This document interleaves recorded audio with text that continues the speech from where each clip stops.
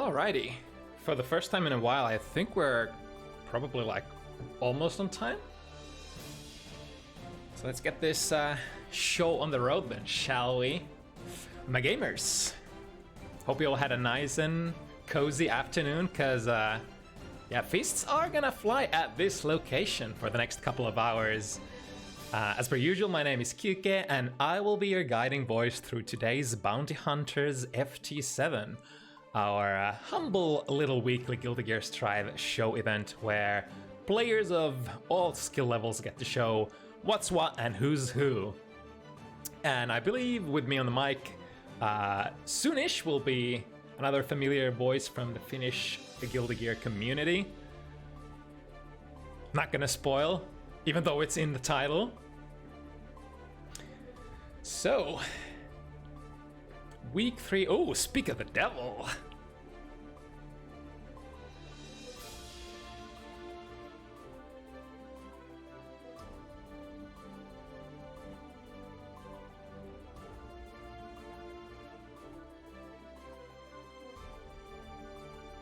So week 3, season 2, and I mean the competition is gonna be hot as ever, and not just because it's like basically 28 Celsius outside right now, which is admittedly a tragedy in itself for all y'all sweaty gamers out there.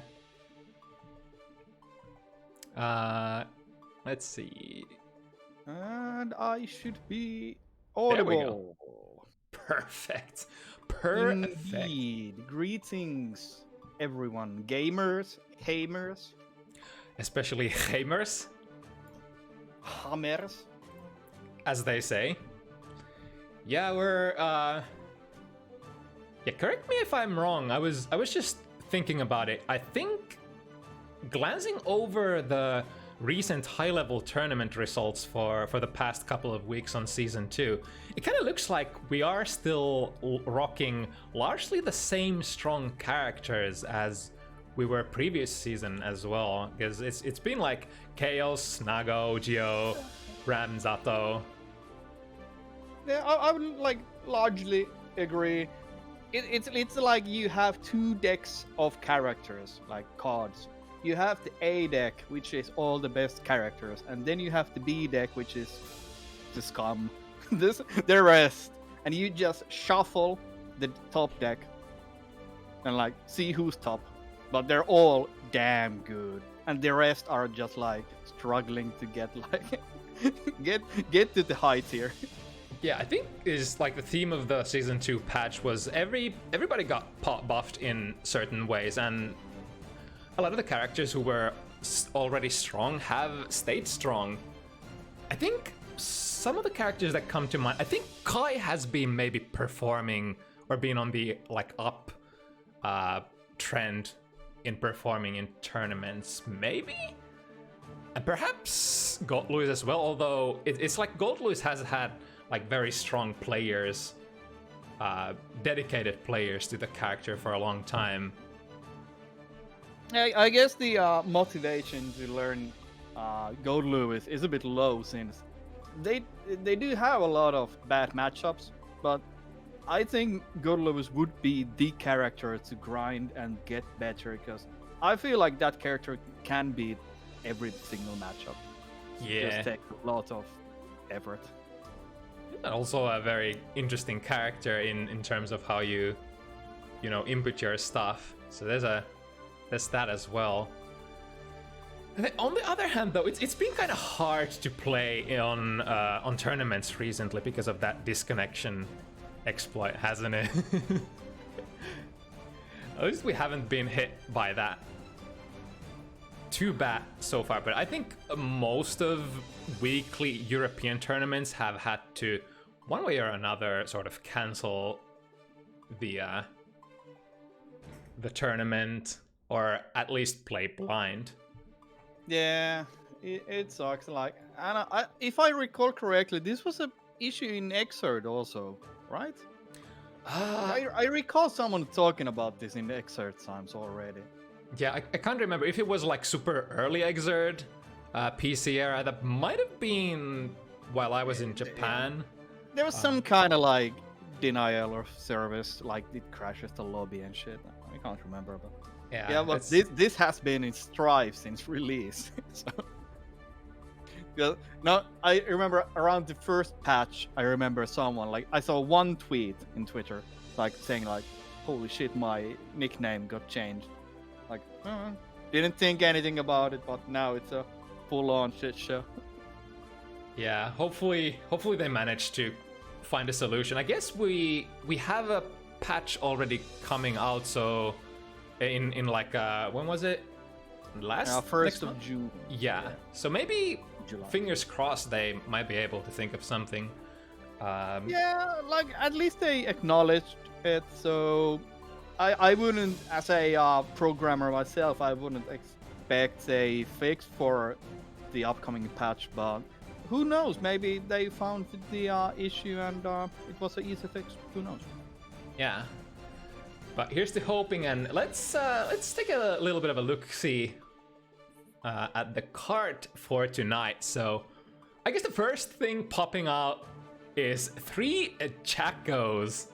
That's I guess that makes sense considering, you know, we do have a lot of Jacko enthusiasts in Europe, and some of them have been not so happy with the status quo, and with the new patch, Jacko obviously got a decent patch of new things. So I guess it's not a surprise seeing players who have already had Jacko experience in the past, such as CarrotOfWisdom, maybe come back and try their hands at this character again.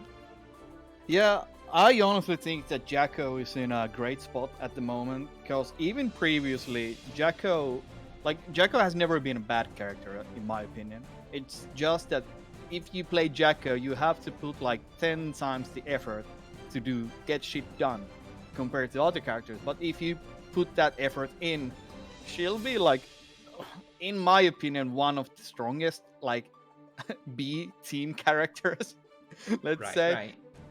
Because it kind of reminds me of Johnny from Xrd. Like, if you play mediocre Johnny, it's kind of bad. Yeah, it's honestly for sure. Kind of bad. The kind of same with Jacko. You have to put a lot of effort, and then you're just unbeatable. Yeah, and Sato as well. It's like it's kind of the theme for a lot of these super technical characters.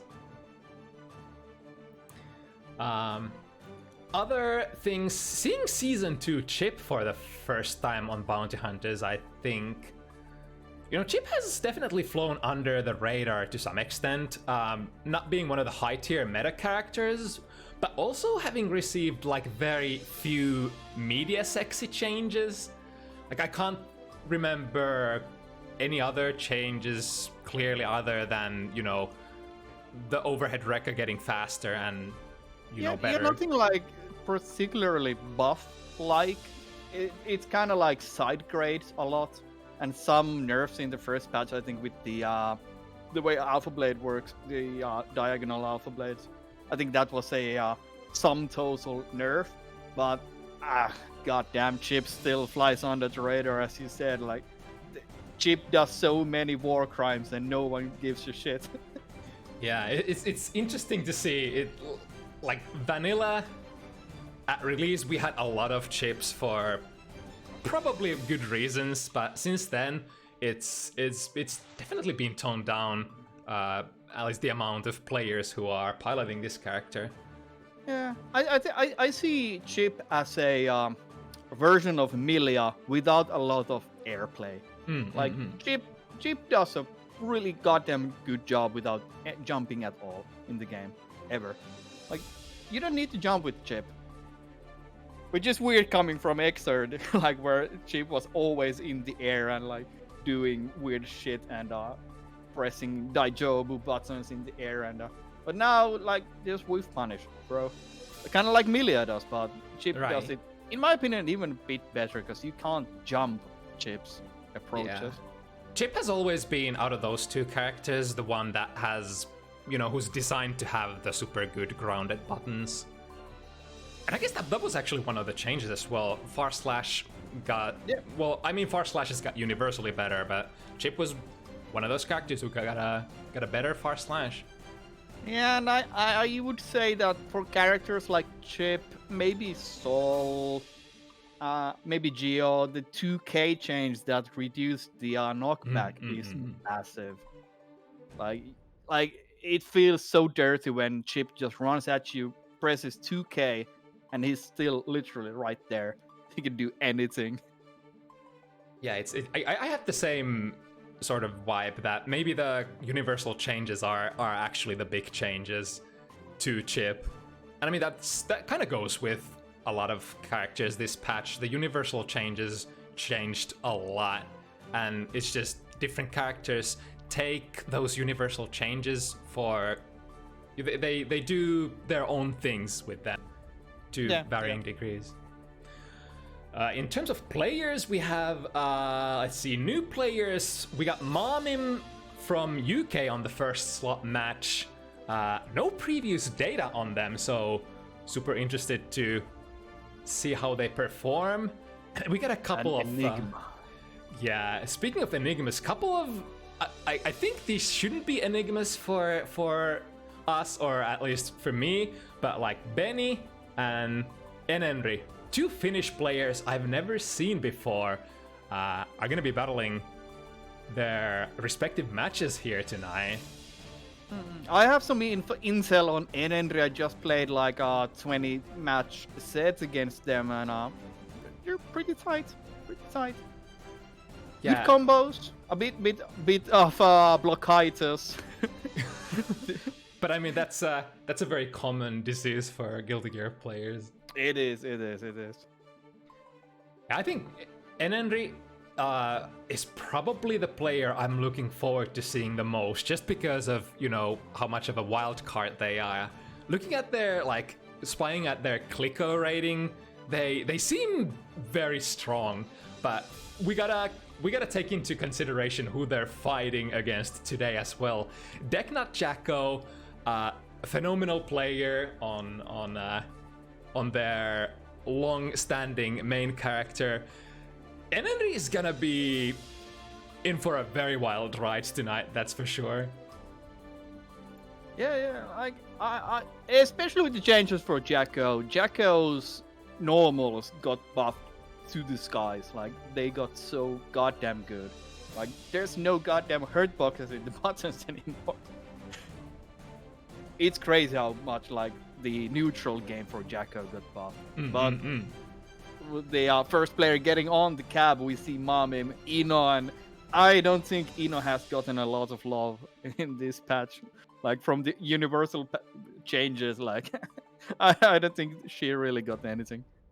Yeah, and I think they also fixed that one thing that people thought that was a silent buff, being able to block after, like, straight after dash. Or actually, I think they're planning on taking that away in the upcoming patch. Yeah, it kind of felt like a Kara cancel bug or something, because Ino's dash is technically a special. Right. So you could Kara cancel the special into block, I think, or something like that. Then players we haven't seen for a while, Attemon. It's been, I think, like a half a year since we've seen them rock any character back here on Bounty Hunters, and what better time, because, you know, just like Jacko, Faust got a little bit better as well. Yeah, he do be getting buff, but I mean, against Geo, I've played a bunch of Geos with Faust, and the matchup feels fairly even at the moment, honestly. Like, before I hated the matchup, but now I'm not too sure about it anymore. And old players to keep an eye out who are rocking a new character. We got ZoKHiZ, we got Carrot, and we got the Vigilante. ZoKHiZ is now 2-3 weeks in on Nago. Did change their character from Leo to Nago, and yeah, it's gonna be an interesting because there's always the high level player factor. You know, these OG players will develop super quick, and it's gonna be interesting to see how much ZoKHiZ has powered up since last week. And then obviously I think Carrot has piloted Jacko in the past. The most interesting for me was the Vigilante Axel instead of Sol. Especially since the Portuguese fighting game community holds Sol in like such a super high esteem in a sense. I was actually surprised that... You can't go wrong with Sol. Yeah, but tonight we're seeing the Vigilante on Axel for the first time. Well, I gotta say that I hate these patches Axel. I don't know what really changed for him, like in his game plan, but for some reason, Axel players are like godlike now. I can't do anything against them. Here we go. First match up of the evening. Maamim, UK, Madjon is from... Where are they from again? Lithuania, yeah. Don't see many Lithuanian players. I think Madjon is the first one, to be honest. Let's see what they got. See, bold, hover dashes forward, no fear. The fear has not settled in yet, it seems. Wow, straight off the bat, 2D as an anti-air with... Oh, Drops the combo, I think, but gets the wall break. Oh no! Oh, cool stuff.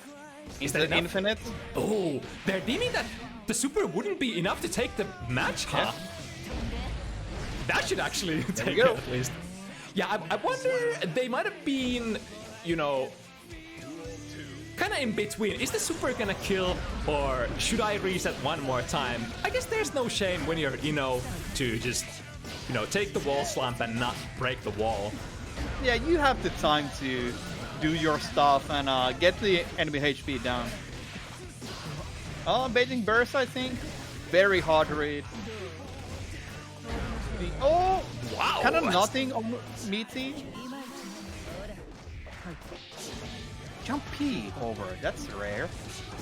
Alright, Madjon having an opportunity. This is a very nice place into super. Okay, so this will almost kill. Well, no, not almost, but pretty close. Drifting back. Panic BRT. Oh, There we go. Yeah, I guess after that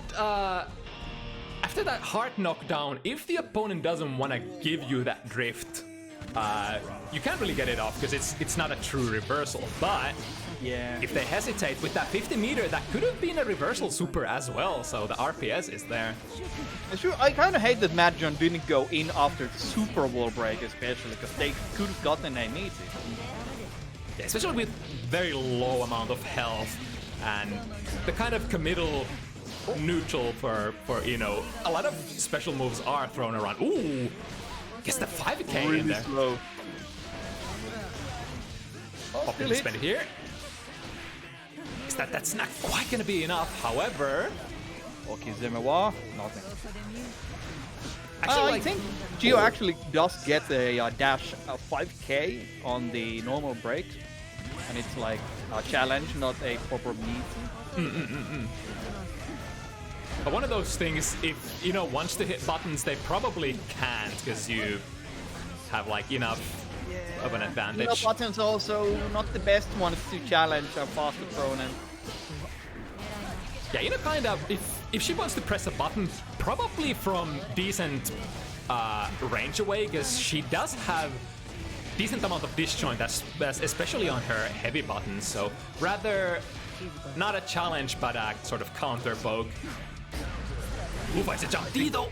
The combo missed! Oh, the Critical. BRC, panic BRCs! Oh, there we go! Madjon No.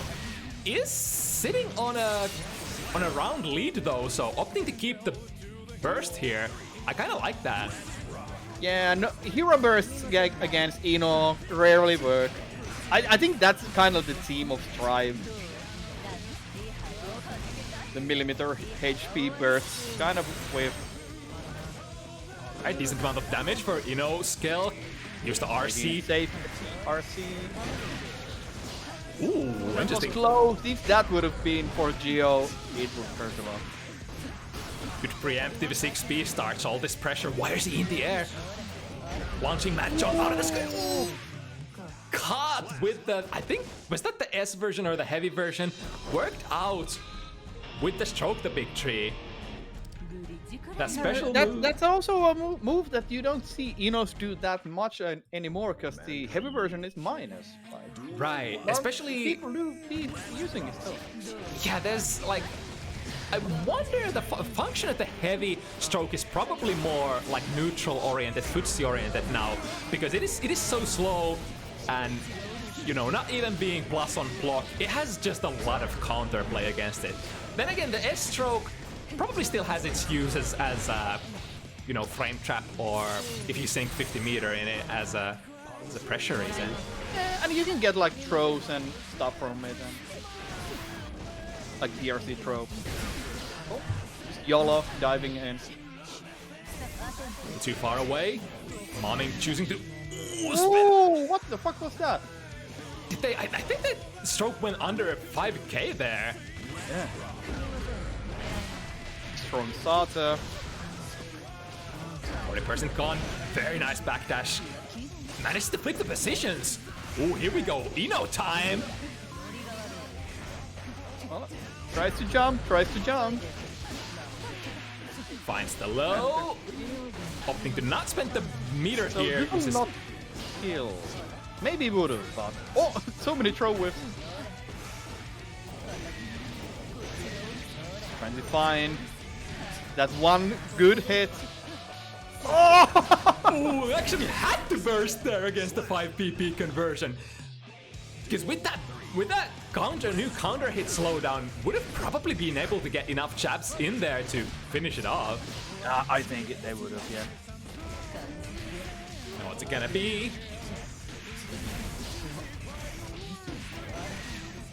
That's one thing you gotta learn against Eno. If they do the jump HD, you can 6B in the middle. I think that's the first time I see the wall slump into backdash into a node, setting off the wall slump in a very advantageous way. And Maamim wrapping up third in a row. But it's been pretty close. Madjon, I think, has taken at least one round. Wow, look at that anti-air far slash. The actives on this move. Oh, that was a pretty good candidate for being anti-air as well, that 2D, but not this time.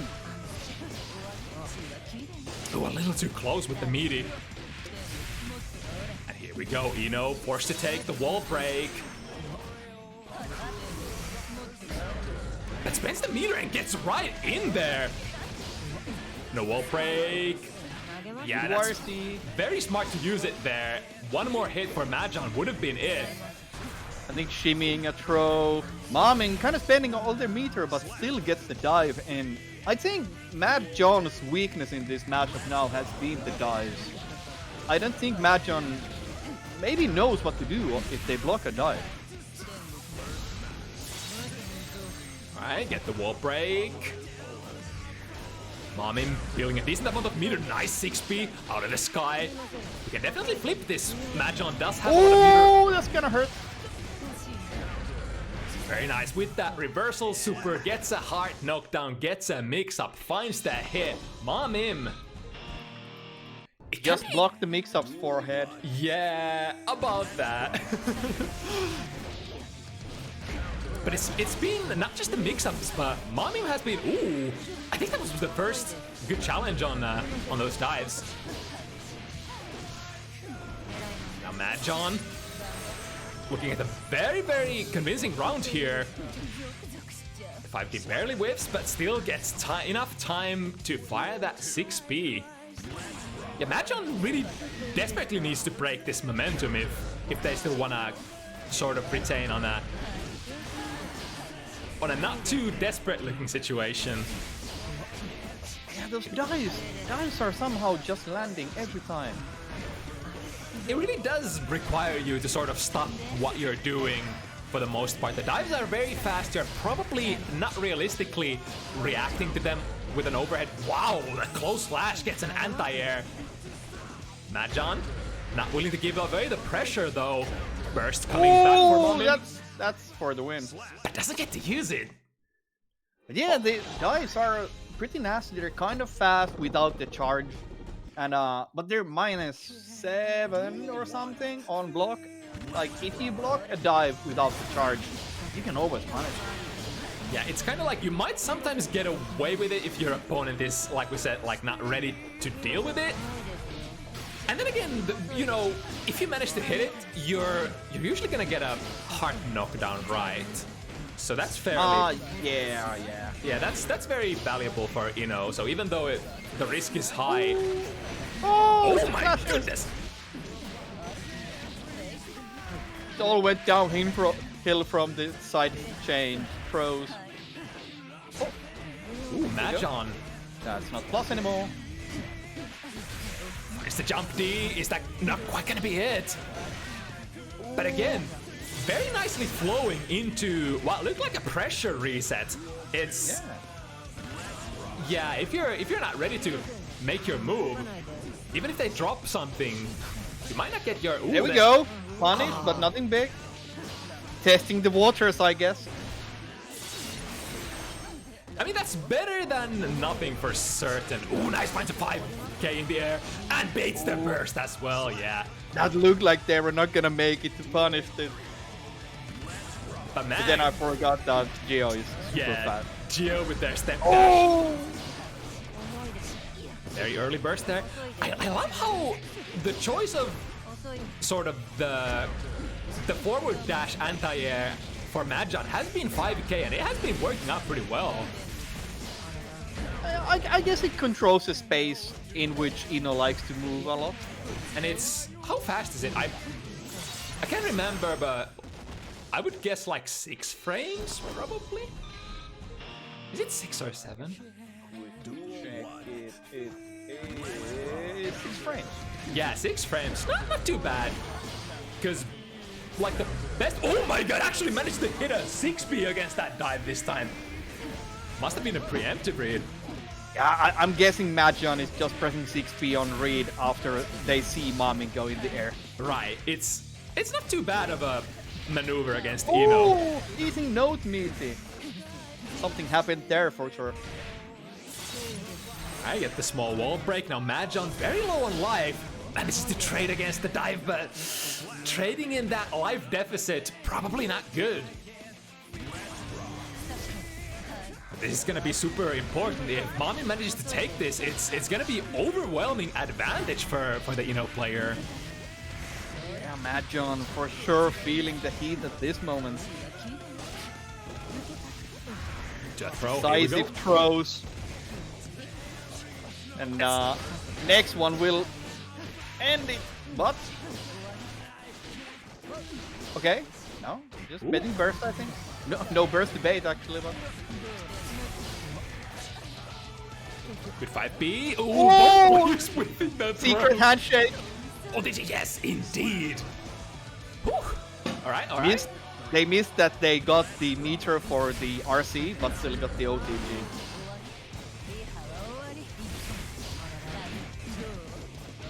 Ooh, dangerous move whip there on the jump D. But still gets to keep the precision overhead. Takes the wall break without the super here, so madjon still has a chance to... how did that whiff? Wow! Gold burst though, that's a lot of meter. Ooh! See the no! I knew it! No, really? It hits that far behind! Yeah, you can't go punish it before they stop shooting. That's one of those... I feel like that's one of those Guilty Gear knowledge checks.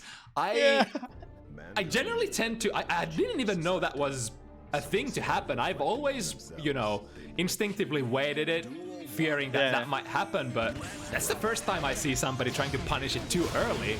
It's the classic Xrd jam puffball super. I mean, it do feel like that. That's definitely not a Guilty Gear specific thing. Fighting games, you gotta love them. The wall break with the super. madjon has a lot of defensive meter here, but they might want to save it for offensive pressure. They gotta take a lot of health out of Maamim. Oh, that's a good there we go. Get the wall break. Oh no! Well, that counts. That's a fast hit, confirmed. So, super wall break. What will happen now? Will they go in? Gamble the... Okay. Of course. Oh, no! Ooh, it's a blue I'm not sure about these BRCs, but they seem to be working! Yo! The axe kick from the air. And by the way, that was another move that received some interesting mobility changes. But now, madjon still has a little bit of a buffer. Can't lose this game, but can lose this round potentially. However, the burst is whiffed. Oh no, they didn't do forward set. Got stuck in the corner again. The movement from Maamim. Oh, wait a second here. madjon building 50 meter as well. Using it immediately. Yeah, you don't want to take any hits from here on out. But the low profile move. And here it is. The set point for Maamim. madjon needs to overcome overwhelming odds here. Oh, that was a cute. That was actually a wave punish against the dive. That's one way you can do it. Oh, nice. There we go. And dropping combo now. Maybe the pressure is getting too heavy for them. Ooh, speaking of those good heavy buttons there, too heavy starting the deal. Ooh, reversal throw though. Ooh, the dive again. Luckily, it's not in the corner, so madjon's still barely alive. One more hit, that's actually reaching. Yo, was that 2K or 2S? Barely manages to catch Maamim out of that backdash and still alive. Yeah, Maamim got a bit too jittery with the backdashes and throw techs. God, it's been so close so far. And madjon has to keep this up for the... Whoa! Okay. Does it work? It do be like that, I guess. I mean, the spiral arrow does have projectile invulnerability, so... Yeah. I tend to forget that that's actually a case. It is such a slow move that you often won't have enough time to do it on reaction on projectiles. I think. But slowly, it feels like madjon has been slowly powering it up. Here's a big counter hit. Still goes into a pretty decent confirm. Too bad they didn't have the 50 meter here, but we take what we can. Yeah, maybe madjon has downloaded Maamim. But this pressure getting pushed into the corner. And it's just one hit from wall break. Again, I just can't get a read on what Maamim is doing. A lot of resets here and there. It's honestly really disorienting to play against. YRCs into the throw. Okay. Oh no, drops the combo. Oh no, with punish. Oh no, we punish on the throw. A lot of stuff going unpunished. Here's a hit from Maamim. There it is. Yeah, again, madjon not willing to go for the panic burst, not contesting in that difficult position. Yeah, but Maamim again on the set point. Very strong start here from madjon, looking to be alive. Potentially, Maamim might not be able to build their burst back. Oh, perfect! The 2D against Road to Victory. That's gonna break the wall as well. Will it kill? Nah, so close to super wall break. What will happen? Safe jump. No resources to burst. The burst is so close. Is Maamim gonna get to use it? No! Smashing on minus! I am surprised that they, weren't just mashing on that burst, the last ditch effort. But I mean, I guess that's the obvious thing that you would be doing, so gotta be on the next layer of the mind games. Another good 6P. madjon. Wow, madjon just growing in power in front of our eyes. I guess 6P again a bit late, but gets the trade at least, so back to neutral, let's go. Yeah, this early to the round, I actually like the trade against that dive. Now back into the infinite small combo. Ooh, that's another 50 ready to go. This might actually kill, not quite the air juggle I think missing. It would with the meter especially. Oh, well. Wow. Tight throw. Yeah, Zawada stopping the time. madjon sees the incoming, stroke the big tree, gets the throw. Here we go. Reset them. What's it gonna be? Oh, went for the That open. looks a bit loose. Yeah, super loose. Even though those sometimes those setups might be quite loose, but against Ino. Ooh, wait a second. Just send it. Okay. 50 meter for Maamim. And Right, slow them down. Oh, I think that was potentially a burst bait, but madjon. Another one. Wow. It was such a decisive start for Maamim, but now madjon. It's madjon who's on the roll.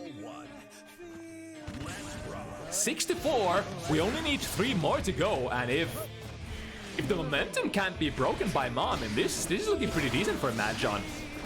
Yeah, it's hard to pinpoint what actually has changed in the matchup now. I think Maamim has kind of stopped doing dives, honestly. It's just the neutral has definitely started going in favor of madjon. As well as, you know, they've been doing pretty well on defense as well. But those jump Ds, they do be going in. Yeah, this defensive reads from madjon. Another reversal throw. Ooh, nice. Wow. And a lot of YRCs in this match. Yeah, that was a lot of really good reads back to back from Maamim. Being able to predict what madjon wants to do with all that meter. Ooh, barely doesn't land in time to punish that dive. This is once again do or die for madjon. Oh, very cheeky. The reversal DP actually managed to catch Maamim out of that pressure. Plus frames, yeah. Don't press the button. They lack the critical information. Ooh, looking for the whiff punish. Here we go. Jumping out of the throw. My goodness. madjon didn't get the RC cancel to get the fast throw. So many resources to use. RC throw. Well, they should be fine. Oh, well, they didn't punish it. So. Oh, that's actually a punish still. Oh, but that is the stray hit leading into a decent conversion. madjon put up pretty good resistance and was able to start a, you know, that was a pretty decent start for a run back, but in the end, Maamim was already so close to victory there. I'd say like that was 3 wins in a row for madjon. I think that was pretty good. Yeah, madjon did phenomenal job. Considering in that situation, a lesser player would crack and would not be able to, you know, mount an offense anymore against those overwhelming odds, but never say die is the name of the game if you want to be the best. Alright, jumping on to the next one, we've got Attemon coming back after half a year versus Scatter here. So I've seen Scatter posting their Twitch link and trying to find fast players, but I think fast players are a bit of a rare breed to find. So don't know how much they have played the matchup.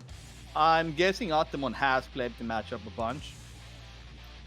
So we'll see.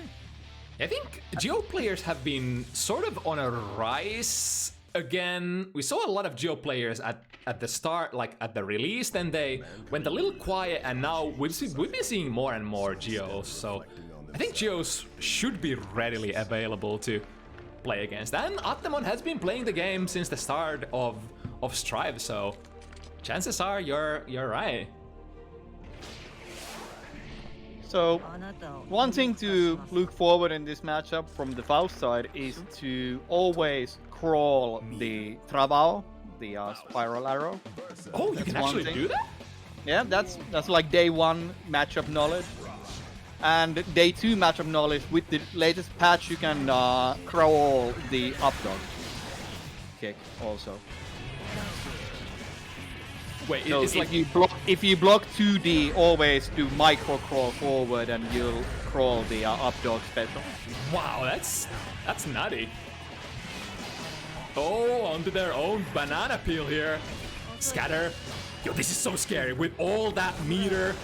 Yeah, this is dead. Super? No super. Ooh. Super would have killed there, 100%. Especially since you maintain that, you know, Geo's unique attack power boost for a little while after spending the meter. Wow, what was that? And the classic Zero Guts gameplay, you know. Oh, the combo! Yo! The Meteor's almost combo that. That would have been sick. Oh. So, yeah, there we saw the crawl, actually. Up dog whiffing. I feel like if you wanna be good on Faust, you gotta take advantage of all of those little matchup unique thingies, because you know you need all the help you can get for sure. That's true. Okay, Meteors, cross up. No cross up, but with the bomb. Oh, crossing themselves up maybe. If they didn't hold the crow, it would have been safe, I think, with the bomb. Ooh, that was actually pretty brilliant for both players. Now hopping past the 2 heavy. Here comes Scatter with the pressure once again. Crawling and getting the 2K. Important escape out of the corner. Oh, there we go. Wall break, I think. Oh, drops the combo. I was gonna say it smells like a command grab. Oh, the combo breaker here. Forced to abort the pressure once again. Yeah. Little guy covering you, and that's gonna be it. Yeah, Attemon looks pretty fresh as ever. Oh, there we go. Oh no, they didn't do the crow. That's a wall break. Yeah, 5k anti-air got mega buffed in this patch. That's kind of cool. You would definitely love. Even though Faust still has a little bit of that, you know, every normal button anti-airs, they still. Oh, that's gonna be enough though. But yeah, Faust hasn't really felt that anti-air machine that they previously maybe were in Xrd. So it's good that these super neutral focused characters are getting some love for their anti-airs. Yeah. Other than 6Ps, obviously 6Ps work, but you know 6Ps are 6Ps. Ooh, the cross up. Ooh, that's cool. Okay. Mix ups. Oh, tried to do the F tricky, I think. Attemon managed to block it though. Barely missing with the super, but Atte still in the corner. The stagger pressure, 2k. Ooh, there we go. The escape. Into 5k, no? Oh. Tried to fish the anti-air 5k, 2k, I think. That's the most 2Ks in a row. Yeah, I mean, if they're not using FD, you're gonna get a lot of those, I guess. And with the universal changes, you're gonna get even more because 2Ks are not gonna push back as much anymore. Okay, Attemon swagging on their opponent. Oh, again, no confirms. Oh, that was such a massive bounce there. Yeah, if you hit the air counter with 6H, that's a full combo from anywhere. That's very decent hit. Not quite with the axe kick. Right, scatter 50 meter. One conversion could potentially be it. Oh, gets the wall slumped a little too early and doesn't manage to get the kill. Oh no! Oh no! that was dirtiest mix-up. That was kind of messy. That I think the axe kick didn't even hit. Was it? It whipped to the crawl. Crawl, right? So it was force can forward crawl the axe kick. So you have to read the side where it hits. That was pretty but decent. Then you get the full punishment. Yeah, pretty decent presence of mind from Scatter. I feel like they knew the situation and sort of saw the axe kick whiffing. Okay, right, able to dodge the bomb. A lot of small buttons in the pressure from Scatter. Not like trying to fish for a massive frame trap or anything. Okay. 6P whiffing, PRC, panic.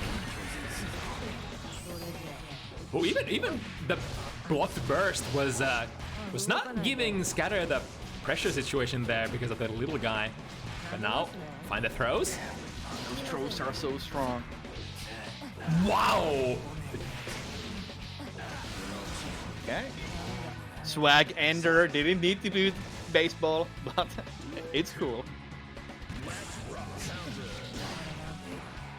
Pretty decent trades. Shendem, ooh, couple of 5Ks. Oh my god, is the bomb gonna come back? Not actually having to. Yo, where are we kicking? There was a lot of funky cross-ups there. Immediate YRC.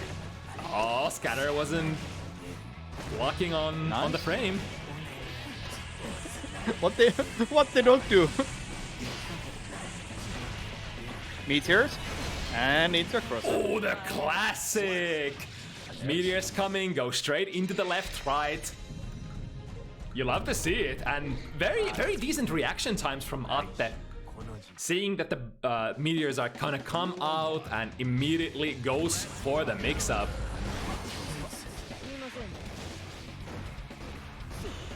I would like to see Scatchers go more ape on this matchup, like make Faust do bad reads, bad RPS.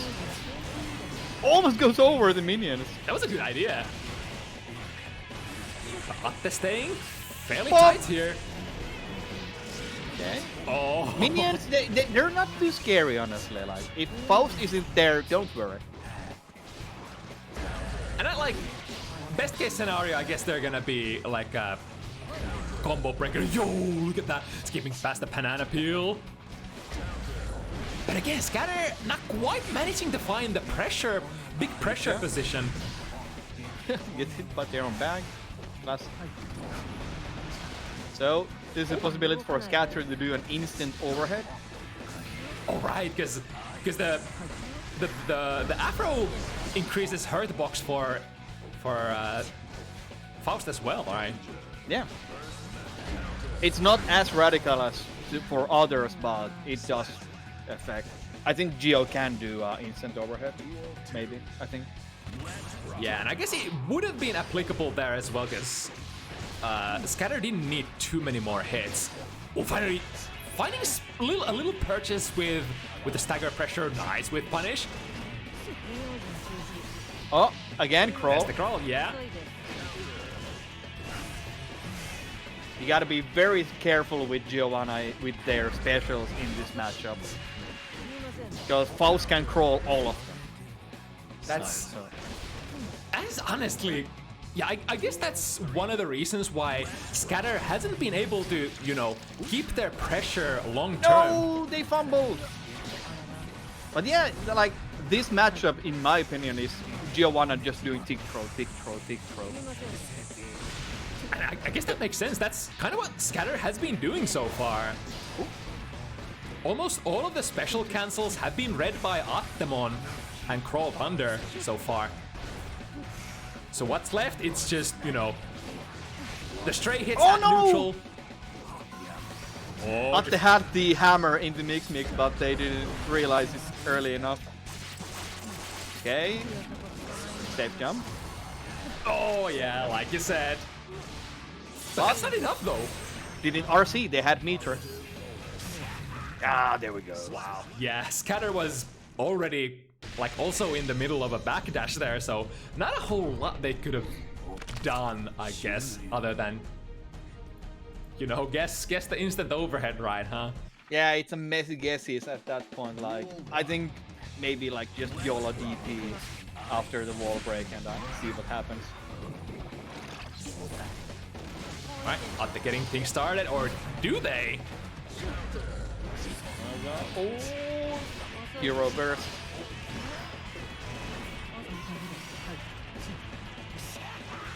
Okay, I don't know. Scatter just backing off a bit, giving Attemon some breathing space. Yeah, God, the pressure just doesn't seem to be working out at all. Ooh, it's nice jump. It's very strange to see like Giovanna having to work instead of the pressure, just working with the neutral rewards.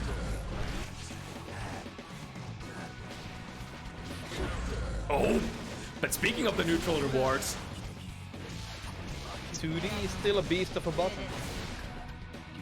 yeah, and I guess despite dropping the previous 2D counter hit conversion, Scatter has been able to convert that fairly with a pretty decent accuracy so far. And that's definitely what they need, because I guess if you're gonna score your big hits out of footsies, 2D is probably your B&B damage starter for this matchup, huh? Yeah, I think 2D is really annoying in this matchup, but more so even. Oh no!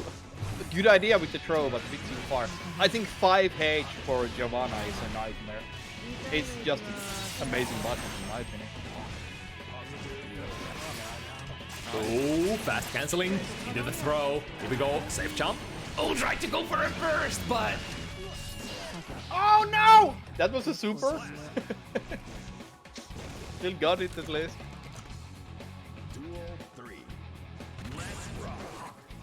right, opportunity still for Scatter to break this momentum. There we go with that axe kick, now able to steer that in the air as well. Wow, brought the right way. That was so ambiguous. I'm not sure if that was a front or back. Yeah, those corner ones are nasty because if you move a bit forward, it can cross you. Here we go, place it. Yeah, if you're This expecting, combo. yo, that was sick. That was actually pretty cool. Not too complex, but cool still. Yeah, that was what you just said. The 5 heavy seems to work as an anti-air as well. That's a new thing in the buff. You can gotta cancel the pull on the fishing. Oh, is that Because it's its own special, even though it's just back in. So. is that difficult to do? Nah, not really, not really. How much extra damage you get with that? Is it like relevant? It's like 30 more maybe, but if you get the home run into wall break, I think it's kind of even. Yeah, so probably not something you would do unless you have the kill or an amazing position somehow. Jibit, holding ground. Oh no, Scatter kinda fumbling now, trying to get in but gets pushed into the corner themselves. Ooh, the 2 heavy counter hit.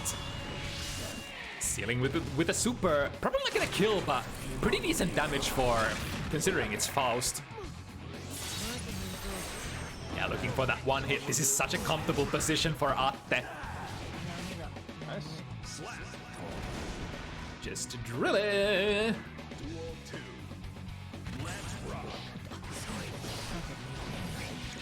Again, catching with the Rere before Spiral Arrow goes online. Wow, that actually converts into... Ooh, barely misses with the 5 heavy. Change with the mix, how it almost always gives you the full combo is so nice for Faust. Ooh, the A challenge. bit too high on the jump cancel, so there's a big gap. Works out. And Attemon already at 5 points. Ooh. Yeah, what does Scatter actually need here? It kind of feels like a one-chance matchup. It kind of tends to go into a like snowfall and like just the more items Faust gets out, the harder it is for Giovanna to get in. But honestly, I would just gamble more big gambles. Yeah, I guess it's like the small little touches. You're gonna get those touches so rarely anyway that once you find the hit, you gotta deliver some pain. You gotta make the Faust pay when you actually manage to land the hit. Some classic moves from Giovanna are like 5H into super. Just nothing else. Just that. It does like 200 damage or some shit like that. Right, after getting the wall break and the positive bonus. Oh no! Yeah, that's gonna be a kill. Fishy, fishy. Haven't seen a 6P on any of those trusts yet. Yeah, Maybe it's the tournament setting, the event where you can't really react to stuff as easily, but I would expect that Scatter knows that they can at 6P, but it can be a bit tricky sometimes to react to. Yeah, I kind of hope that's not a connection issue, because this is Finland to Portugal, so there's probably a Full little... combo. Wall break. Ah, drops the wall break though. But yeah, that's 200 damage from a 5k. Practically always. Faust finally has damage? Yeah, man. Oh! Actually, the trust has been landing a lot of times on those Trabal startups. Yeah, it's like Scatter trying to preemptively go for, or like trying to go for the preemptive reach, but all the fishing pole just being there. Oh, look at that! What a read! Atte just feels like they know the matchup inside and out. I haven't seen Atte like not gambling on the right options. So close. Beautiful. There. Scatter. God, they need a miracle at this point. That's a very nice instant air dash, but not able to convert. One more hit though. One throw, one hit. Anything really? Oh, that was it! 2P! Oh, Nice. oh my Look God, at the speed. Dash 2D, full screen moves. Hello? God, I'm sweating. Scatter, let's go. Walking the Again, no 6 heavy. 6P, sadly. Okay. Getting damage in. Oh, how did that whiff?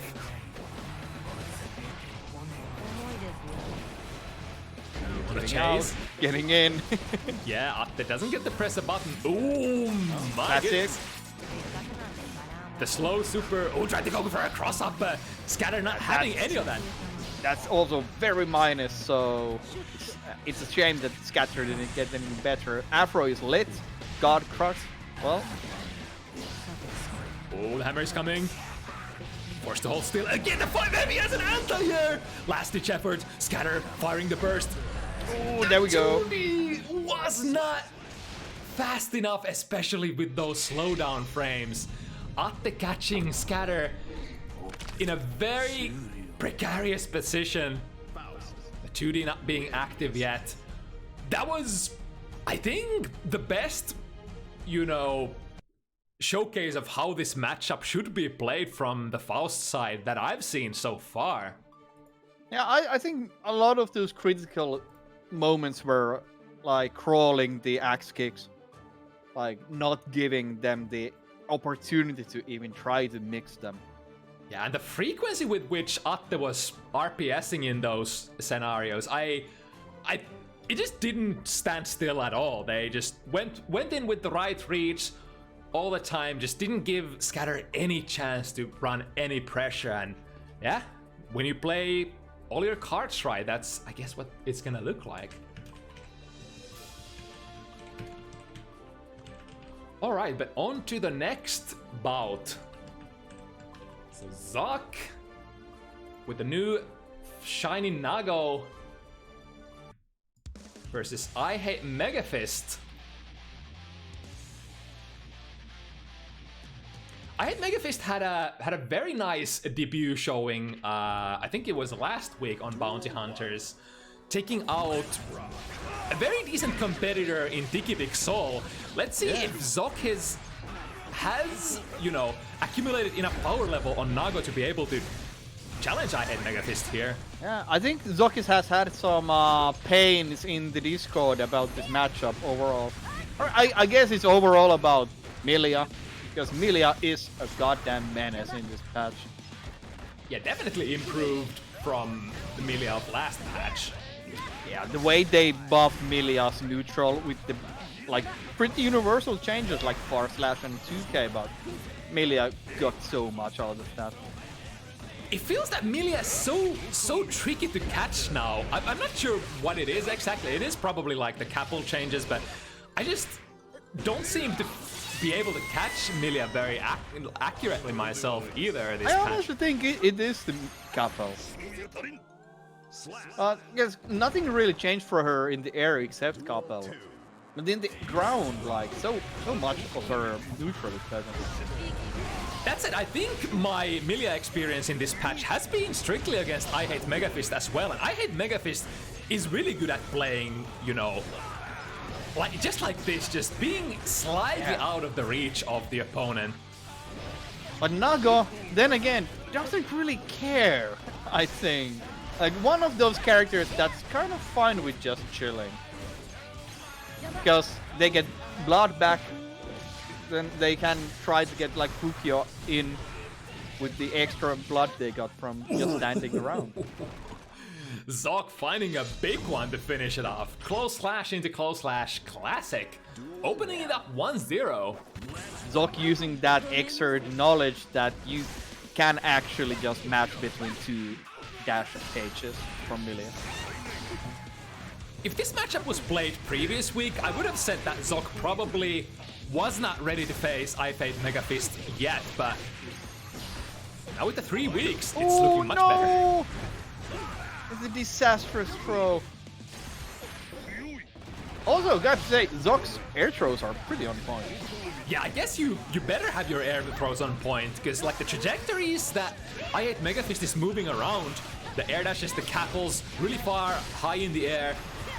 I think the air throws are one of the few things that can actually reach. Oh no, ZoK, full stick of butter, dying in the corner. Duel 2. Let's rock. Yeah, I think close slash very likely is Nago's best answer in this matchup. Oh, again. Air throws, of course, are great, but it's kind of a null situation after it, I think. Even with that slow... Oh, but misses it this time. I think I Hate Megafist is kind of doing the dashes in a predictable way, because ZoK shouldn't be able to land so many air throws. See how the RPS and the movement... Ooh! Oh! Can What they is it? recover? Oh! Yep, that's a punish. And the damage into a blood gain, into pressure, into goal first. Ooh, the perfect mama, angle. that's it. If they don't drop, yes, of course they don't. Okay, so both players showing that they know what they're doing clearly. 1-1. Duel 1. Let's see if one of them gets a bigger lead. God, I Hate Megafist is just coming from all angles right now. And that's like you said, you definitely need to stay unpredictable as Milia. The timings, the angles, those varying those and making it difficult to challenge RPS out of is probably one of the keys to playing Milia. Wow. Although I really do think that Milia should be more grounded. Like, even though the airborne game is strong and Kapel is buff, but I don't know, man, their grounded moves are so strong. She definitely has the mobility to run with punishes on Nago. If you manage to bait out like a too heavy, like that for instance, ooh, they're thinking, Yeah, they're that thinking. would have been a whiff punish. But I guess if you are already committed to going airborne, then Almost got it.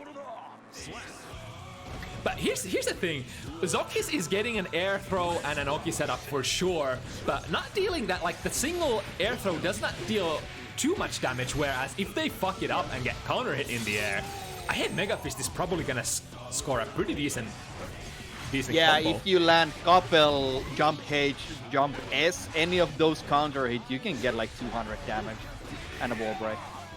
And that's another thing that's changed this patch. Milia seems to actually do some damage now on occasion. I think Milia has always done, but it's just so situational, and you usually require like an airborne counter hit to get it. But now they get them just more, because they usually are in the air more. Yeah, that does make sense. Oh, there was a crevice there to cross up still. I wonder If there's a gap in the corner, Milia will find a way to go there. Yeah.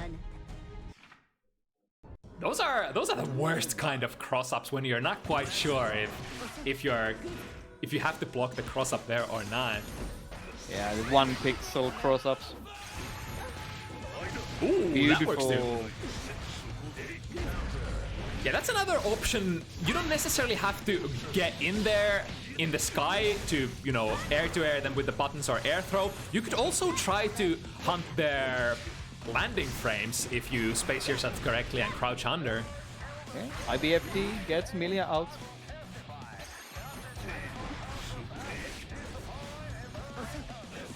Also interesting, we really haven't seen like actual pressure from ZoKHiZ yet. I hate Megafist kind of too hard to contain.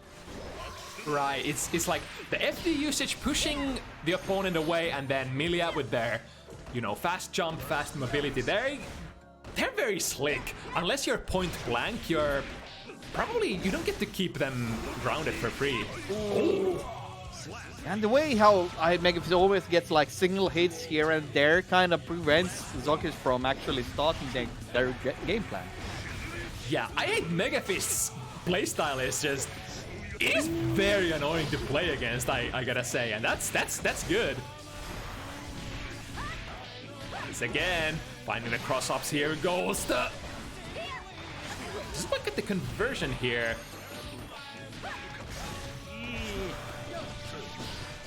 I do like this when I hate Megafist has been on the the moving side of things for the longest part, but when they get pressure, when they get that overwhelming position, they will run pressure as well.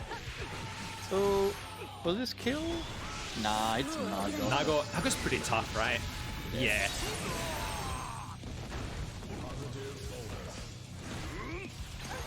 Ooh. Oh no! I think Zok just screwed up the air throw, RC. Oh no! Didn't get the punish against that burst. That was a tragedy for ZoKHiZ. I think he had that round, but yeah, full stick of butter, air throw. Maybe didn't just keep an eye on the meter. And it's like when you get a run around and try to catch these the fucking air throws. When you gotta run around and try to catch the fast character, you might sometimes not be ready to, on a moment's notice, start your pressure and, you know, take the punish. Yeah. Oh, that's gonna be an OTG. Enough still. That's probably the biggest OTG that you can do.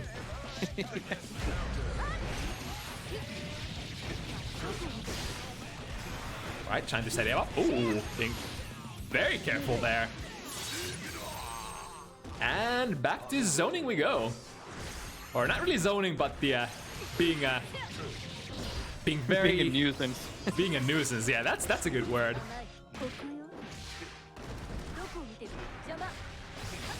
And like, why would you expect Milia to go for that command dash cross up? Because they've been dancing around you and not really committing to pressure for the last 4 rounds, and suddenly you get like a surprise gift like that. Oh, again, the jump out. Yeah. Wow. It's, you know, once ZoKHiZ actually managed to get in the position to potentially RPS on their own Oki, I hate Megafist is playing very actively on the defense, using their comitative options. Not just Zok not able to keep them down at all. Yeah, I think the way that, because Zok can't get actually close properly, and Megafist is basically just holding up all the time. Yeah. You can't really get command grabs. Right. And you kind of have to be closer by to get proper frame traps and catch fuzzy jumps. So, yeah, there. Ooh, that's gonna hit. But yeah, I had Megafist kind of just flying around and hoping for the best, I think. The hit? Oh, finally ZoKHiZ finding that hit. That was, I bet in ZoKHiZ's head, that's the commit moment. That's when you're gonna dial into the special moves, because I had Megafist was really low on health. Yeah, I'm gonna guess that counter was a jump start, honestly. Could have been also a throw from the new patch. And I remember last week ZoKHiZ saying that their frame trap timings, especially like when dialing the pressure, the frame trap timings weren't quite falling in place yet, which could be one of the reasons why they still can't necessarily, you know, find the best options against I Hate Megafist either. Yeah. Oh. Yeah, again, I Hate Megafist just has all the defensive resources on point when they need to. It feels like even when ZoKHiZ like managed to catch I Hate Megafist on the ground, they have either the burst or YRC ready to go. It's just very active RPS. Ooh, look who has the resources now though. Mod not going in. Okay, there we go. So positive bonus and blood buff. It's time to Naga. Or is it? Ooh, ZoK actually... There's a super, but I think this can be baited, right? No! Already committed Pressing to something. buttons.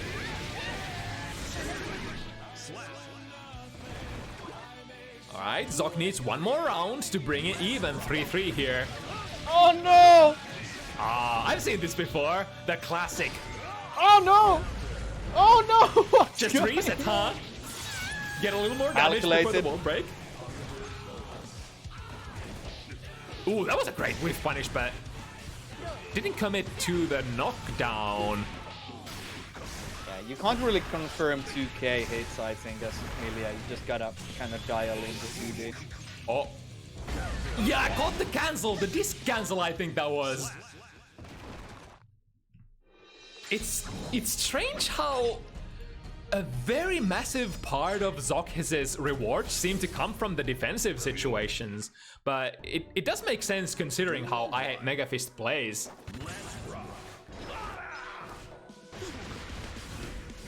It's like, if you can't catch them by chasing them down, just wait till they come to you and then go for the big reads.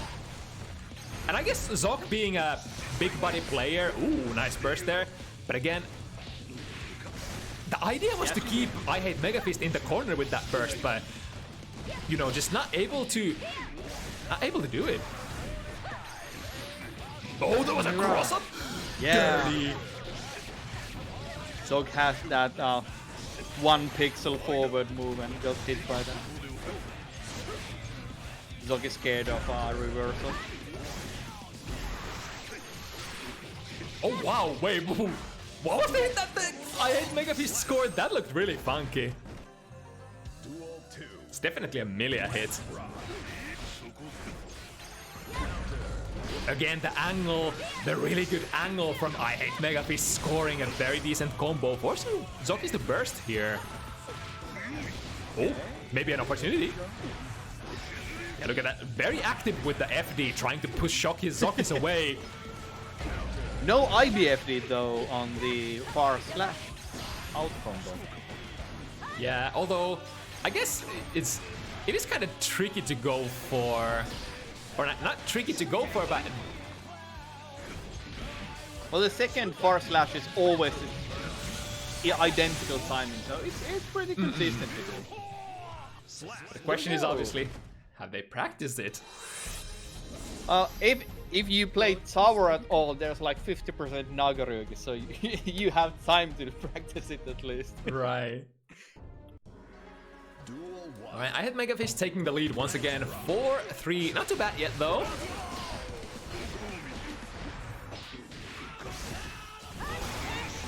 Alright, ZoK with the 100 meter, but you know, what can we do with this meter? I think the meter usage has definitely, oh, that's a punish.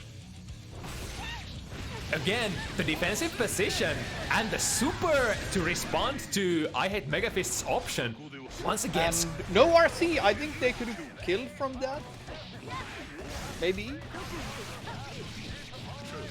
it's definitely like the being sort of new with Nagaryuki and not necessarily being ready in all situations to go for the kill combo, even if you have the resources. Messy guesses. But I mean, doesn't matter. It's ZoKHiZ is an OG player, has the fundies. Just do what you can with with the basic stuff, and so far it's been working out pretty well, all things considered. Also, I checked that Milia's 2D is -11 on block. So if Milia does 2D, you can always just map super on it. There's literally nothing Milia can do. Right, because if it's airtight, you're not gonna get hit. If it's no cancel, you'll get a punish, and then if there's a gap, you're gonna get it. Because after the 2D, there's no low option either for Milia to frame jump. It's air only car, that but it's super slow. well, at least that. But it's definitely a big Smashing, commitment. just super wins everything. It's the Faust dilemma. Press button, lose pressure. Oh, that's the dirtiest shit! I get hit by that every fucking time. I wonder if ZoKHiZ was trying to actually go for a super there. Yeah, maybe. The meaty timing not working out. Wow, that was not a cross up. This one was though. I hate Megafist again in the bully position. The multiple overheads. The death by 1,000 cuts is real. Nagoriyuki with that heavy defense. Doesn't get the wall break. I think they might have wanted it actually. There's the empty low once again. Ooh, didn't manage to get the close slash. But now Zok. Oh, yeah. Respect. All right. A reasonable lead here. I guess the biggest lead so far. 2 games up, 5 to ZoKHiZ's 3. It's back to trying to predict where is it gonna come from the air, from the ground, what angle, how many air dashes, is there gonna be a couple? Yeah, but if Zok keeps landing those air throws, I think there's a big chance for Zok to take this. Maybe changing air throws into close slash anti-airs might do the trick. Yeah, I wonder if ZoKHiZ has been attempting those. It's just sometimes the angle from which I hate Megafist comes from, and the timing as well. It's probably fairly tricky to try to fit that close slash in there. Ooh, very good burst. Especially with how Couple now works. Yeah. Tried to go for the air-to-air this time, no dice. Giving I hit Megafist a pressure position. Oh my god! I did not see that cross-up coming in the corner. Oh, okay.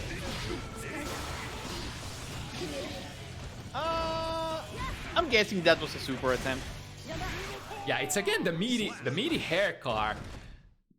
But I mean, I've been, like you said as well. I've been I've gotten hit by those as well. There's something about it that just makes you do stupid shit. Yeah, for sure. Even though, you know, it should be basically a no-brainer that you're just gonna block it and then get a punish. Another cross-up. ZoKHiZ with so much meter, but again, when it's a left-right, what are you gonna use that meter for? And Tries to fish. A lot of those Get a hit. A lot of those are safe jumps as well, so let's see if I had Megafist committed this time. Nope. What? Damn, and a set point position here. ZoKHiZ, the first 6 rounds fought very even, but now I had Megafist has found something. Oh, there we go. It's a very decent read. Blood refund. But now having to guess once again, get the wall break, and back to this. Oh, there we go. Super unfortunate drop though. ZoKHiZ would have definitely loved to take the kill out of that close slash. Yeah. Or at least I hate Megafist's burst. Speaking of bursts. Okay. Well, Megafist still has theirs. There we go. Finds the mark. There's the burst. Hopes to take the burst. And that's not a kill. Oh, it should have been. That's a safe jump. That's not a safe jump. That's not So, a safe jump. will we see an RC? No. Well, we saw an RC. Yeah. Was ready to take it in case it was needed. ZoK now desperately needs this round to stay alive. Yeah, ZoK opting for a bit more buttons in the anti-air department. And honestly, it has been working out. Yeah, trying to gamble with those is like melee is a weak character. You don't need a lot of it. Yeah, it's like basically one close slash is gonna take at least half, and then the next one is gonna kill. Yep. Next hit will kill with the RC. No matter how thick you are on Nago, when you don't have the life left, is that ZoKHiZ gets the last effort burst out. Uh-oh, slow down frames. Which side? Couple! Leaves the hitbox active. ZoK tried to challenge, no dies. Holy shit, this is tricky to play against. It was There's basically not much you can do, honestly. It's just so hard. The same frustrating game of cat and mouse that Tiki had to deal with last week. Scatter has a very, very, I guess, characteristic playstyle. It's very easy to sort of pinpoint. Even if you wouldn't see their player tag, you would be able to say, all right, this is definitely I hate Megafist. Did I say scatter there? I meant yeah, but you don't usually see, in my opinion, Milias who do that many like cross-up air stuff. Like especially now, as I said, the neutral being stronger. Like you can play more like with punishes, especially against characters like Nago and Faust and everyone who has like really slow buttons. Right. But speaking of Tiki, speak of the devil and he shall appear. It's gonna be a Finn mirror Tikivik Soul against our first time face here, Benny on Chip. A character we don't see very often, a player we haven't seen yet. And they do have a pretty decent player level as well, so this is not by any chance a beginner. Yeah, I also haven't seen Benny before, so interesting to see what happens. I think there was Tiki left me with a little bit of lore that they probably are actually some sort of to some extent sparring partners. Tiki said they are sort of like a mentor to Benny in a sense. I wonder how that holds true. So probably very familiar with each other's playstyles. And I think the Chip gameplay we see here is pretty conservative. Like nothing too crazy happening. Like no insane Unga Bunga, just run in and press buttons. And I guess that's how you gotta play it, because you have to consider who you're playing against here. It's Soul who has actual touch of deaths on you on the right hits. So can't be too daring, I guess.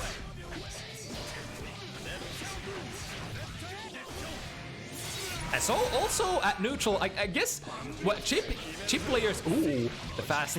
Yeah, there we go. The hit confirm of those jabs. Good presence of mind. Ooh, wait, that didn't actually cross up there. Yeah, I think you can always 2k alphas. If they're raw. I find the overhead, and here comes the damage. Unless you miss the hit, the heavy DP. Not face though. Ooh, Benny just ready to get out of there. Not taking that nonsense. No punish, because it's Daisuke's vision.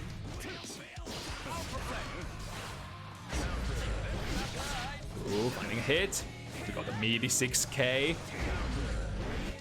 Oh, no conversion there after.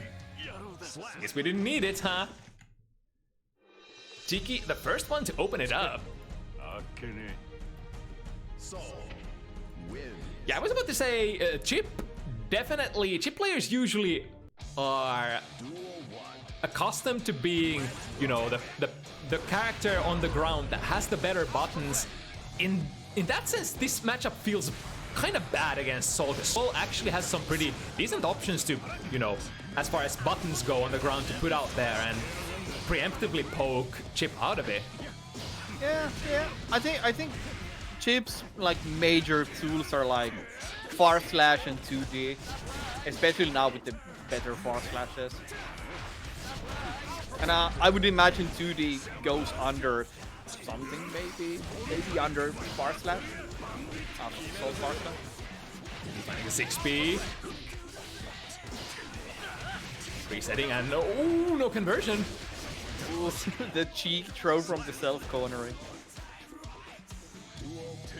That's one of the cool things about Chip. Even if you drop combos, your mobility is so top-notch that you can get in there close the distance very fast. And if they're not ready to, you know, catch those pressure resets or throw attempts, you can sneak in some pretty decent value. The far slash finds its target. Oh, wow! No punish, Daisuke, please. Yeah, speak of the devil, the 2S. Wow, that was the dash cancel, doubling it up. Yeah. Slap. Duel 3. Let's rock. Wow, this time Just back in. the 2P being the button of choice. Ooh, too slow for the dash cancel. Oh, and there we go with the punish as Tikivik not dropping it. Just barely did it have the 50 meter to kill. Oh my goodness. Tiki going for the command grab a little too early. Spaghetti on the floor for both players. Oh, no conversion. Again, don't need it. When you deal 100 damage with 1 DP, you can just throw it out. See what happens. Yeah, right. That's one of the features that Chip is kind of allergic to as well. Characters who can just deal a lot of damage with stray hits, and especially like a DP character dealing a lot of, like maybe like fifth of your. Oh No! Are they dead? Oh! It would have been, yeah, with the right combo for sure. Wow, that's so fast. The overhead Rekka. There's, Yep. if you were reacting to that previous patch, not anymore, for sure. I like all the whiffing air dash buttons.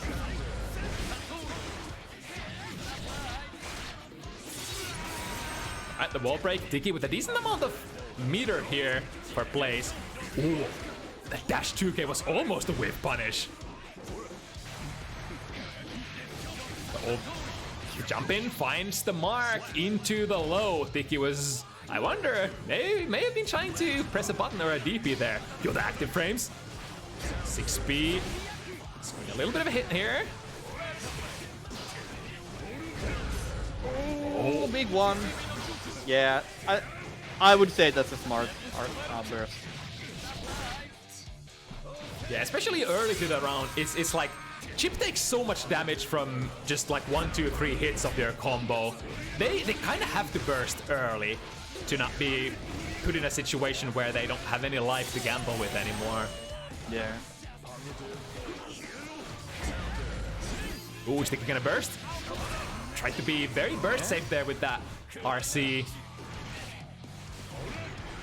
So Tikivik has positive bonus, so they will get the meter to do whatever they want. What they are no! They still get it. Spaghetti all over.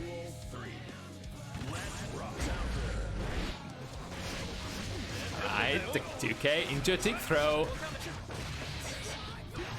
Ooh, okay. Kind of funky. Yep. Oh, the classic, the grounded bandit bringer. Only -2. Oh! Oh, misses the big punish. Yo, that was an interesting hit. Alright, not wanting to take the wall break here. The instant air dash working very nicely against that 2S on the ground. Oh, nice, that's it. 6k, not really reactable. Kinda is, but not really. Duel 1. It's the move you do when you want to win. Ooh! Well, I had no idea if you can even burst that, but clearly not. Benny's really good at not taking that that reset. It can be actually pretty tricky after the first hit of Bandit Revolver. You gotta, if you wanna, you know, punish the gap between the first and the second hit, if they leave a gap at all, or if they, you know, just leave it there on block, you gotta actually press a button really fast if you wanna punish it. So far, Benny opting to sort of disengage from that RPS situation for the most part. Nice, the that low option, scoring Benny a very decent combo. 50 meter available. Ooh, oh, gets a little two-piece. Oh, that's a shame that the Gunflame actually hit them. Ooh, Players fishing it. Oh, there we go. Yeah, it's so scary. Those 2 S's from Soul, 2 Ds from Soul. On counter hit, you get such a massive combo. Nice, Tiki ready to jump the command grab. Won't let this go. Yeah, and look at the amount of damage you can actually do on a successful 2S. The hitbox is so good, the recovery is pretty good as well, and just a really nice button to put out there against Chip. Wow! He tried to throw, but oh my God, damage is actually disgusting. 4 hits and 70% of your life is gone. Yeah. The Chip life. And now Tiki doesn't need a big combo anymore. Yeah, this is enough. I think that's, yeah. Could have done whatever and would have killed. Yeah, quick 1, 2, 3. Benny didn't have any time to build that burst back. Duel 1. Let's rock. Yeah, the risk-reward discrepancy for sure. You gotta land so many hits as Chip and somehow try to be relatively safe while doing that, because a lot of this is kind of unsafe to begin with. Oh, Yeah. but Tiki with the early burst once again. Oh no! And drops. God, that. If Tiki didn't actually drop that combo, that could have been very close to a kill. Honestly, there was no wall damage for Benny, so yeah, maybe. I think for the touch of death combos, you require at least a little bit of risk. Though. Yeah, now space from the wall, I think, a bit, so you don't get the max wall damage. But, yeah. Ooh, nice. DP. Ready for the overhead. Big throw, no. Ooh, what was that? That was a... Is that a DP that they command crabbed? But at this life, oh, that's nice! Recognizing that the success is coming! Hero burst.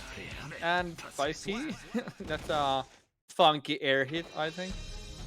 God, I love that so much when players are super fast to react to that slowdown. When they stop the time with RC, see that, alright, there is something I can actually punish.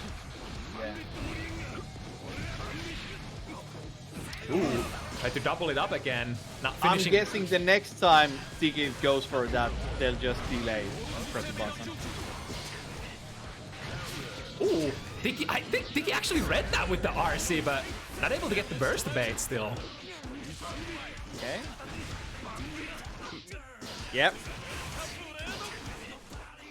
Oh, Benny's turning on the heat, doing a lot more DPs now. Any one hit will kill. Just actually getting that one hit is kind of difficult.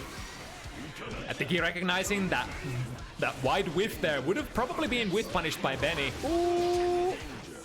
God, Benny's actually bringing this back. One more hit. No, it's the DP.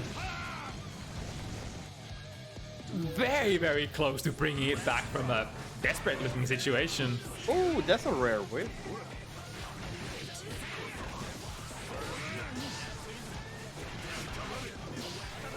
Almost got to the dust loops. Nice, Tiki leaving a small gap there. Benny 6-being taking advantage. Ooh, that was dangerous. So 5K just hits so high up in the air. Yeah. Oh, with the clean hit, but seems to just gaining meter doing the feints.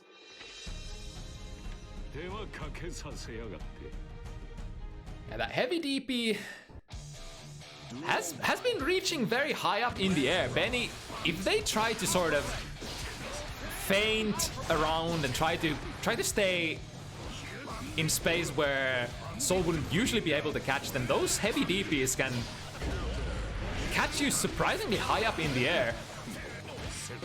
Ooh, nice. Air throw. Into. Yeah, that should be a kill.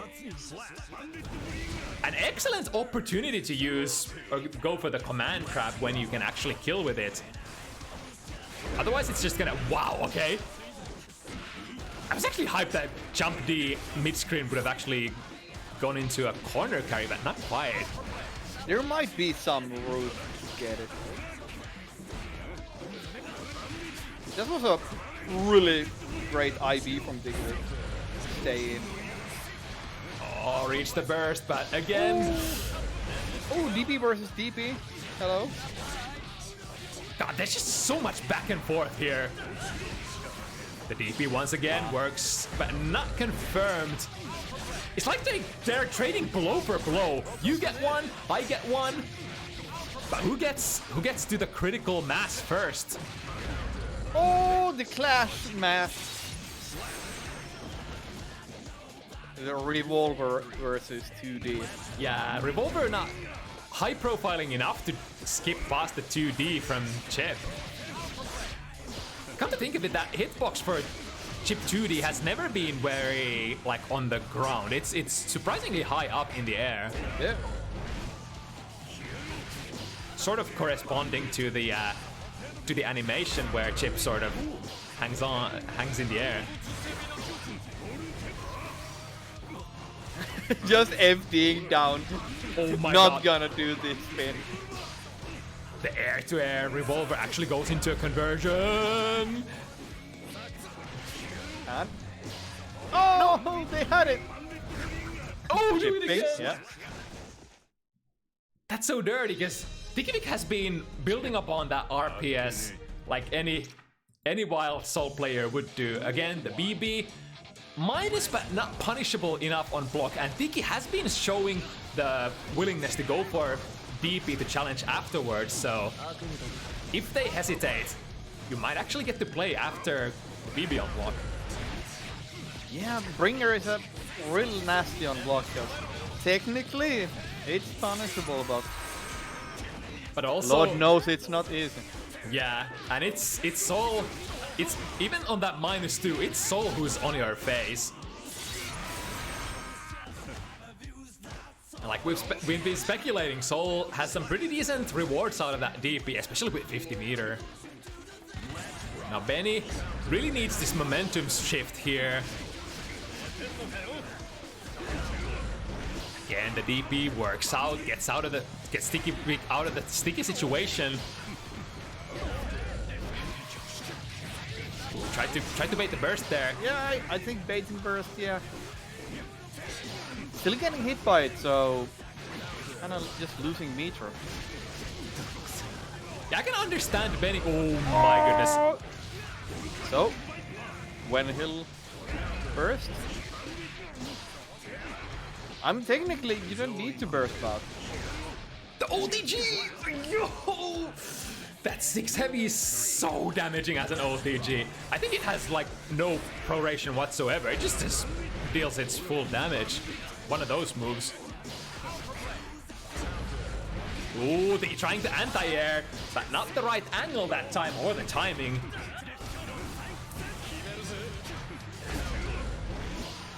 Yeah, there's a gap there. Yeah, Tiki has been utilizing that DP on the defense very actively. Oh, I think they tried to DP again. There we go! Finally the burst bait.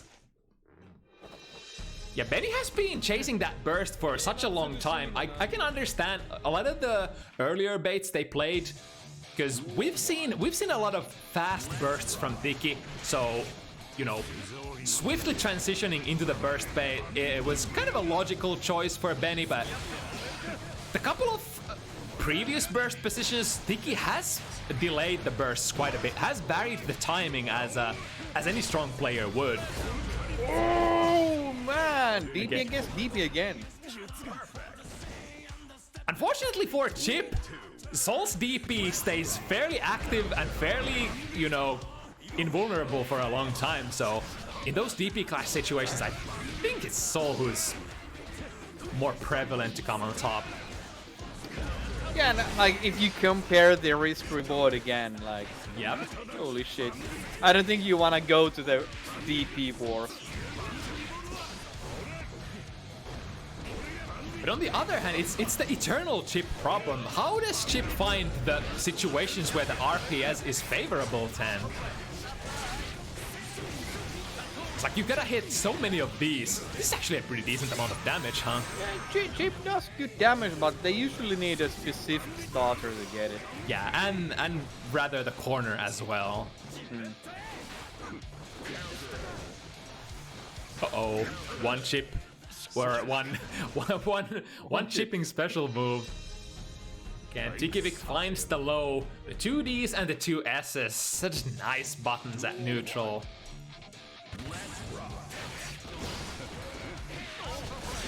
And now Benny in a situation where they can't drop a single game anymore. Benny has done that same throw mix-up 3 times now. Where they cross up, then they press 5P and go for a tick throw.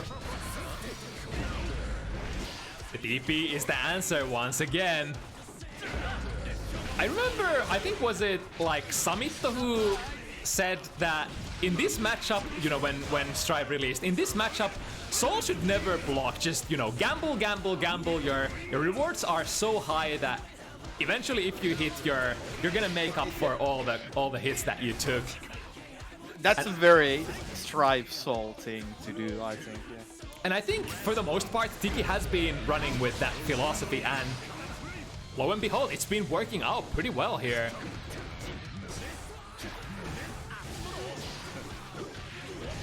And I guess stray hit, not being able to convert successfully on Tiki. Wow, just 6P on wake up.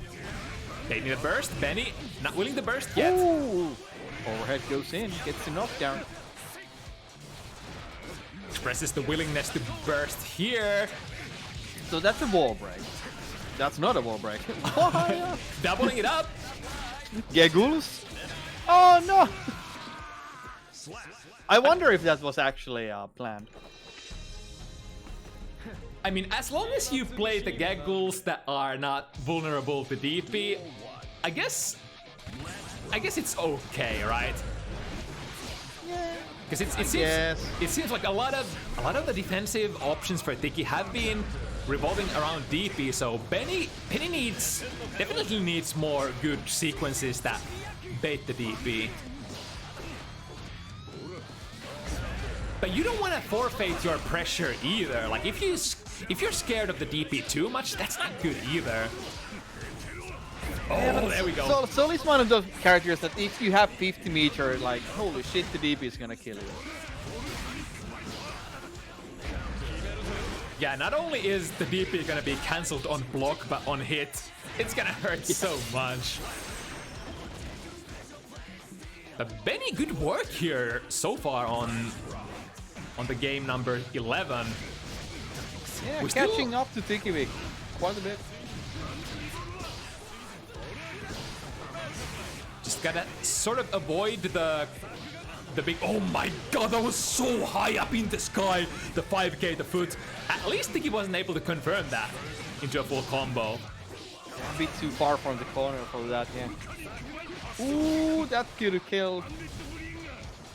The S Volcanic still recovers fairly fast. And there we see it. Now the question is Benny gonna burst or just playing their own DP? Watch the overhead, but without a counter hit, without the use of 50 meter. Oh no!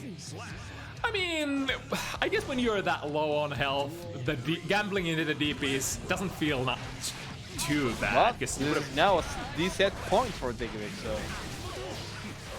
that was a really fast 5% from Benny. This time, brave enough to challenge after the BB. Okay. Benny not letting Tikivik take the set yet. Now this remaining burst might be super difficult for Tiki to use. He actually gets it off, gets some value out of it, but now we need soul hits. If Oh! Tiki... Yo, that's a soul hit! Oh no! That looked Drops like a... into the DP. Yeah, it looked like a soul hit for a moment. I was like, damn, he's actually gonna confirm that Yeah. into million damage, but...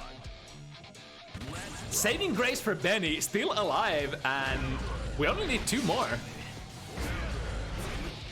But I mean, the odds haven't changed one bit since the couple of games. This is still Soul, and you're always one hit. Wow, wait, one direction? Wait, who's cross up? Oh no, Benny bursted a little too early. Tiki during that burst was able to see that thing. Oh! Fafnir whipping. Oh, interesting. Kinda. I don't know about this burst really, but I think to play for the win. Yeah, sure. Yeah, I guess that was a super respectful burst from Tiki, or just, you know, kind of like the heat of the moment burst. Either way, able to secure themselves the position here on set point. With the meter. Oh no. Speaking of meter, Benny has so much. Is this potentially a kill? I think with Super it would have been. Yeah, YRC. Oh, that's airtight. I think Tiki might have been trying to DP once again and catching. Not blocking low. Uh-oh, this is a big one. Try to double it up with a dash cancel. Tiki's very active on those double ups. Speaking of, Okay, keep in mind this is set points for Tiki. gets the punish. Yep. The burst comes out from Tiki. Now Benny. Oh no. Oh, just goes for it. Does it kill? Oh no! DP there would have killed for sure. Oh, I'm holding my breath. Forced to take this wall break. Back to neutral. It's anybody's game still. No meter, no burst. Oh! It's confirmed! Yo, that doesn't go into kill though! Oh no, Tiki had the meters confirm at the end. Oh, the trade! Damn! God damn! Wins. Tikivik takes the set 75. But it was a good effort to run it back from Benny. I think it looked very dangerous for a moment there. Yeah, I think Benny got 4 wins in a row, I think. So, well, not bad. Like, there was a comeback going on. And considering, you know, the caliber of player that Tikivik is, this is some good stuff from Benny. I can't wait to see them more in the future. That was definitely not free. In fact, that seemed pretty damn close. All right, on to the next one. We've got Spain versus Portugal. Fecian, Jacko. Here starts the Jacko gauntlet. Yeah, 3 Jackos in a row. So I honestly think all of these matchups are pretty okay for Jacko. Especially now with the way the minions are highest level of projectile clashes. So they go through all projectiles in the game, I think. Unless there's some specific exception. So against like Kai, just kick a minion and you win neutral. This is not a matchup we've seen very often, Jacko Axel. I think we've seen it once on Bounty Hunters. It was Gamma Axel versus Fecian Jacko, and that match was pretty tight as well. Yeah, I mean, Axel of course does Axel stuff, but I don't think Axel has anything like Axel specific that's really bad for Jacko. Of course, Jacko wants to get minions out, but against Axel, everyone just has to, you know, deal with it and do stuff to get yourself in. And Jacko has good air movement also and abilities to slow down in the air and change timings a lot. Yeah, especially like the timings and the angles. Those are gonna be super important when it comes to, you know, jump in RPS.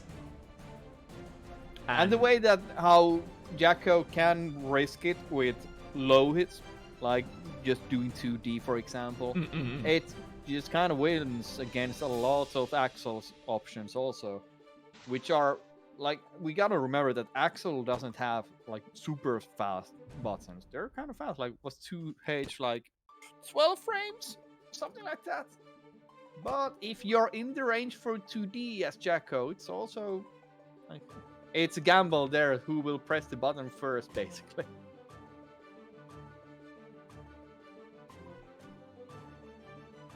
And since Fecian has lost one to Axel in the past, this is sort of a, I guess, sort of a way to run it back. Not necessarily against the player, but you know, you'll take what you can to sort of get the revenge and clean your honor. Do we have... Who's the extra player in the lobby? Is that Vigilante? I saw Vigilante type something in the chat a second ago. Oh, Benny has left the room. Oh, I am on the cab. Bark mission. Apparently you cannot check the player list when you're spectating.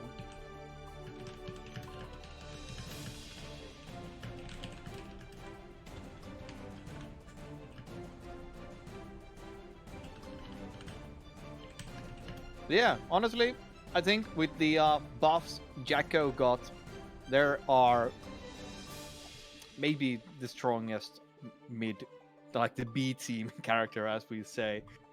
Like, assuming we to say that, we have to assume that Baiken has increased their skill or their level to the A team characters. Because if you count Baiken as B team character, goddamn, they gotta be the best one of all of those characters. Yeah, I don't think I'm not sure if I'm comfortable saying that Baiken would be a B team character. They seem pretty strong in this patch. Strongest character in the game. Honestly, like at this point, the range of best characters in the game is so large because everyone has such like large amounts of bullshit. Like so many, like Jacko has some nasty bullshit, like absolutely disgusting bullshit. And Jacko does a fucking lot of damage.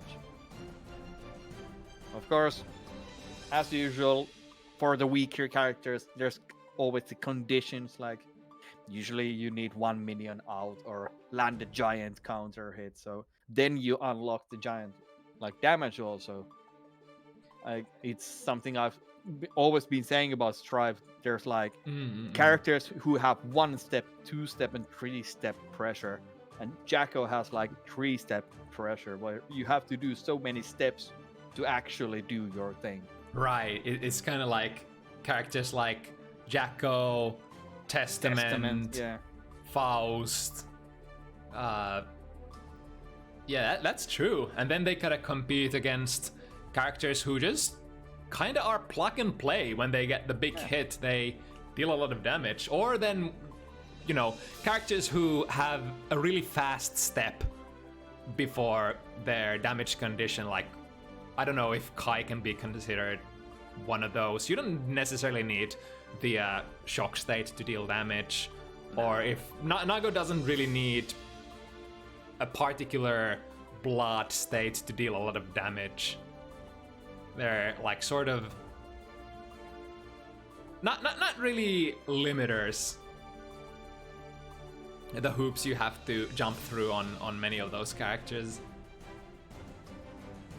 Fecian says if Axel doesn't come, I want an FT7 with kyuukei. I don't know. Yeah. I don't even have my stick plugged in. I'm always ready to play FT7 for the emergency situations. Get a free win against Faust.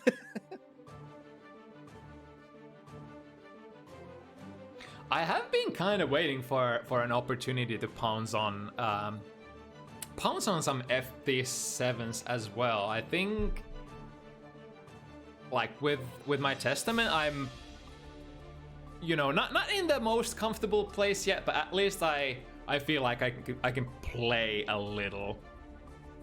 Yeah, Testament is I think, in a really good place in this patch. Yeah, definitely. It's kind of Testament feels really good the same way that, you know, Jacko, Faust, and what have you got a much better feeling to it. It's like just the sheer amount of buffs that Testament got. I think they're.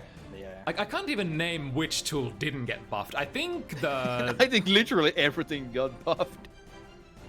I think the only thing that didn't get buffed is the K super, the Hungry Hippo super. Hungry Hippo. is just. I guess that goes to show how in the end how, you know, unfinished the character kind of was. It wasn't. Testament wasn't the real character even. Like they didn't do anything. It was like almost there, but a lot of quality of life was just missing. Like some combos didn't work even though they should have.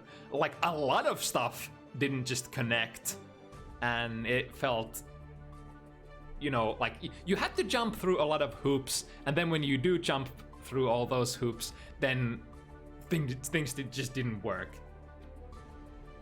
Let's see, Vigilante did send a message. Oh, running late. Yeah, we could.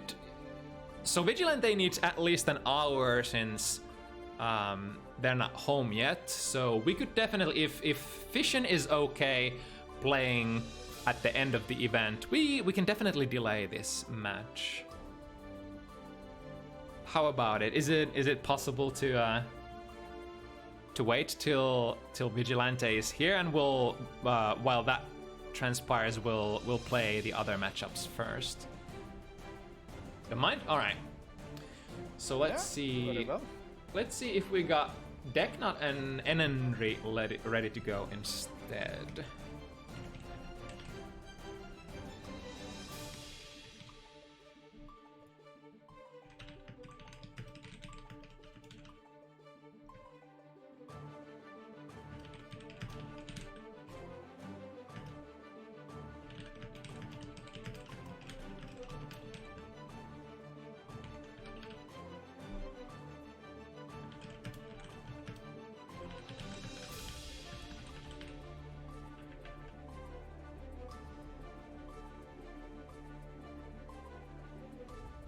Alright, enenri is booting up the game.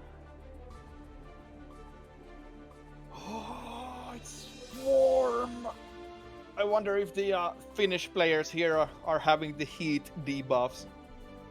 Yeah, dude, it's like, come on, it's Finland. It can't be 28. I think it was even 29 at one point today. Wasn't this like 32 in Helsinki? I think the highest of the day was 29 in Espoo. At least I'm living next to the sea, so we have the sea wind. Yeah. Please turn off the sun. Yeah, man. So stupid picture. It was the Super Mario Bros. 3. Like, Do you remember the sun in one of the Super Mario Bros. Levels trying to attack you? That's the sun now. Just grinning there. Ah, blessed Saunalahti and the sea winds. 15 feels too cold, not gonna lie. I don't know, man. It's there. It's on the area of good. These Finnish homes are always built for the worst freezing temperatures, and when it gets over 30, it's just nightmare. Yeah, I mean it's sort of out of necessity. You kind of have to build for the winter in a country like this. It's like having lived in the two countries I've lived in. It's like the polar opposite. Japan, they gotta build for the massively hot summer. Finland, we gotta build for the massively cold winter, and then it's kind of awkward during the counter season. Let's see. We got Deknud. No word from Deknud. Let me beam them. They are in game though. Let me send them also a DM.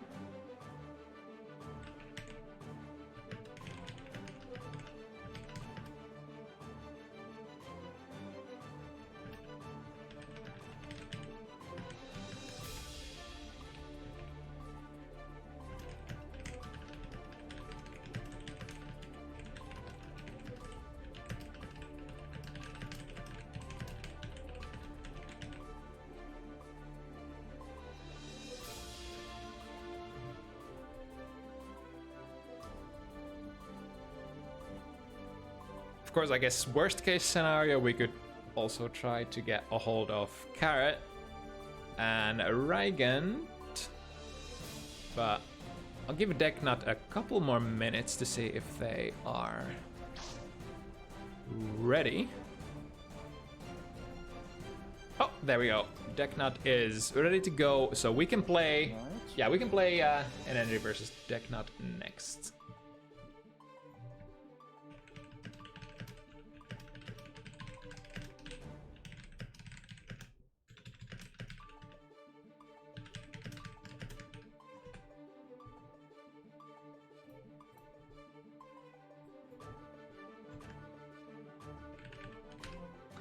So enenri, a mysterious wildcard Finnish player.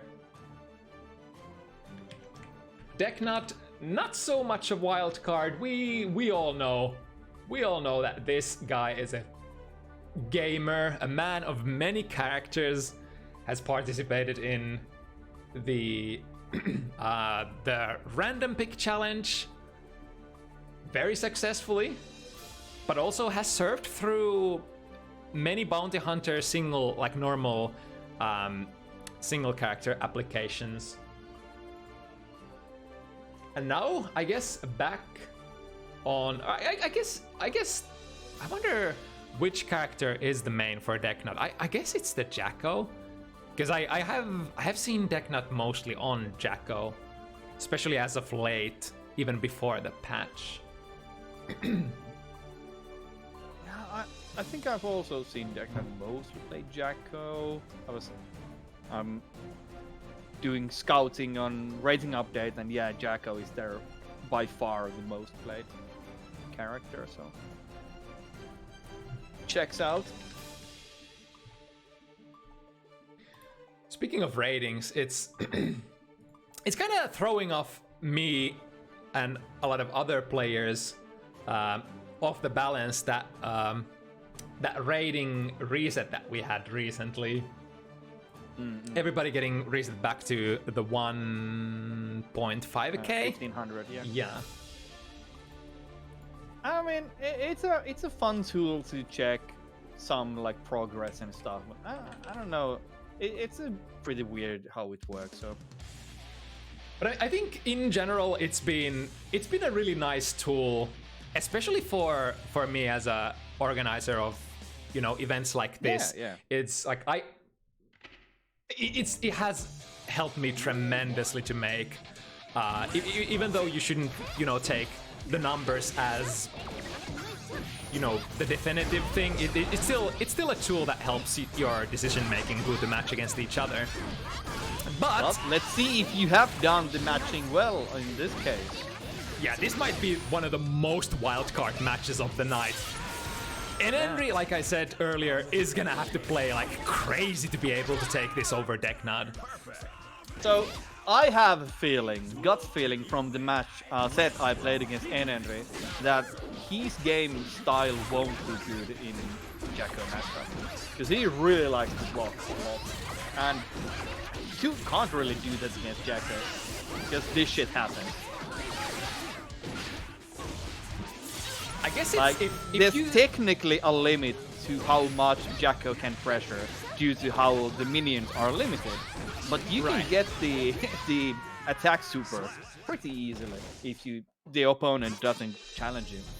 Yeah, and that's sort of like a win condition for her in a sense. Like not like a definitive one, but a strong one for sure. And you want to try to sort of wriggle out of that position where she, you know, lands something on you and then just activates the super. You don't want to get put in that situation because oh boy, it's difficult from that point on. And also this matchup has a lot of like stuff you just gotta know about Jacko. Frame data and situations and mix-up potentials and stuff like that. But Kai, holy shit, Kai is a powerful character this patch. It's fucking stupid. That's gonna kill you, by the way. Oh no, he's so cool! Jinxed it? I've almost never seen that wave, actually. Me neither. No, The big range chance. is so insane. Oh, 2D. Oh, the classic. Throw PRC. Oh, still has one more tool to use. Just goes under this, done it. Interesting that. So that low profile's enough. That's Yeah. I think 2K might also go under it. Maybe not. It's an interesting when you have a low profiling tool that also advances. It can potentially put you in a really nice position or a dangerous position depending on, you know, if Kai has recovered out of the fireball already. But here we go. Time to dance. Yeah, DP is a smart option just to try to get out. There's not much else you can do to get out, really. Ooh, I think enenri actually drifted there during that RC, which was a pretty good idea, I think. Yeah, and I tried to air throw, I can see from the instant replay I have on my other screen. Get the stream open. Just not quite on the mark, but a decent idea. Now, Yeah, I also checked the rating update, the top 1,000 player matchup rating on this matchup, and it's 50-50. So, which is pretty much what I was going to guess about this one. Of course, top 1,000 players is pretty wild bunch already. Wow, that was a... And, there we saw Kai damage. Damage was nerfed, by the way. It was definitely a Kai round. Slowly, enenri getting things started. Looking like another round of the same stuff, unless... High low. Oh, no cancel on 6-8. Don't really want to get the shock stage, but gets it off. Side switch, yeah, doesn't want to take the wall break here. Okay, enenri killing the minions. Smart option. If you have the chance and you feel it's safe, just try to get a jab on the minions. Ooh, that's gonna be enough. Nice. Yeah, those OTG combos are cool. DP punish on point, check. And that's definitely gonna give enenri something to think about for when if they want to be risking whiffing those DPs. If there's a player who would have mastered all the big Jacko combos, it's probably Deknud. Oh, that's so smart! Drifting out of that RPS! Okay, so that's plus. Ha, heard you like blocking, bro. So this is all infinite at the moment. All things considered, I guess that was not too bad for enenri. Got out of the corner, however, they are at a life disadvantage here and running out of FD as well. Yeah, those cases where Jacko is just doing an infinite on you, it's kind of hard to actually mix you up. Like, it's kind of like the honest mid situation, but like there's chances to get a tick throw, but it's, of course, you always have the throw involved, so it's kind of obvious it's gonna happen. Wow, okay, that might have been a misinput on 2D, huh?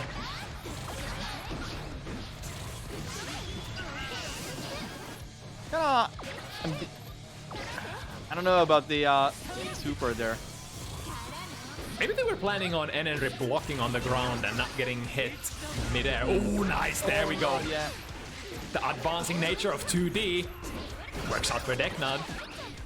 Oh, almost ran out of mini engage, but barely got the hit there. Delaying the fall with jump T. Yeah, we got the positive bonus, so might as well spend the 50 meter on the defensive option. And here we can see the blocking disease that's known for some players in Guild Gear. enenri kind of getting stuck every time. Damn, how did that counter hit? Whiff.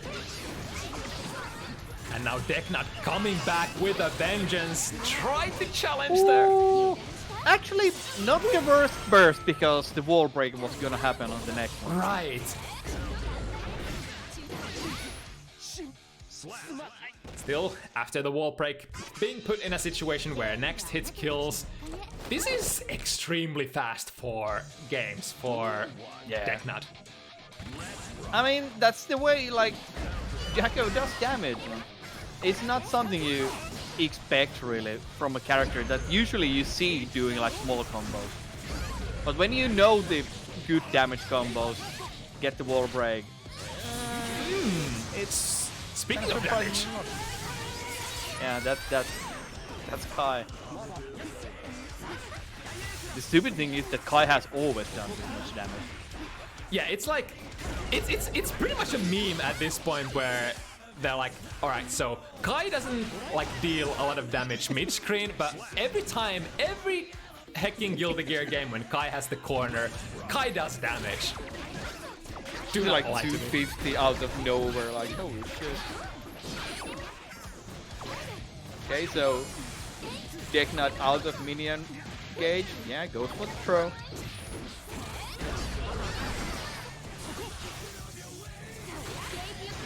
Oh, the deceptive reach of the 2D.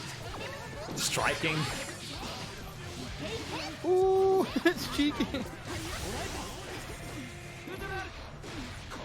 Plus frames. But Deknud being very patient. And the patience pays off. Ooh, beautiful.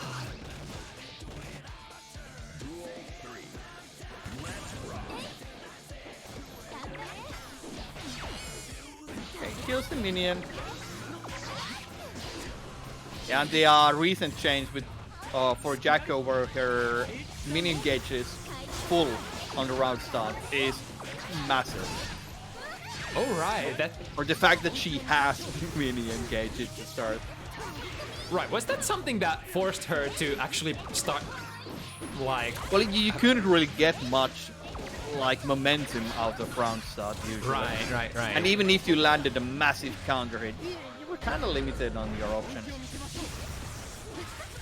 Speaking of momentum, enenri, oh, misses the burst. Wanted to keep the corner. Nice. Small hits, but they're slowly stacking up.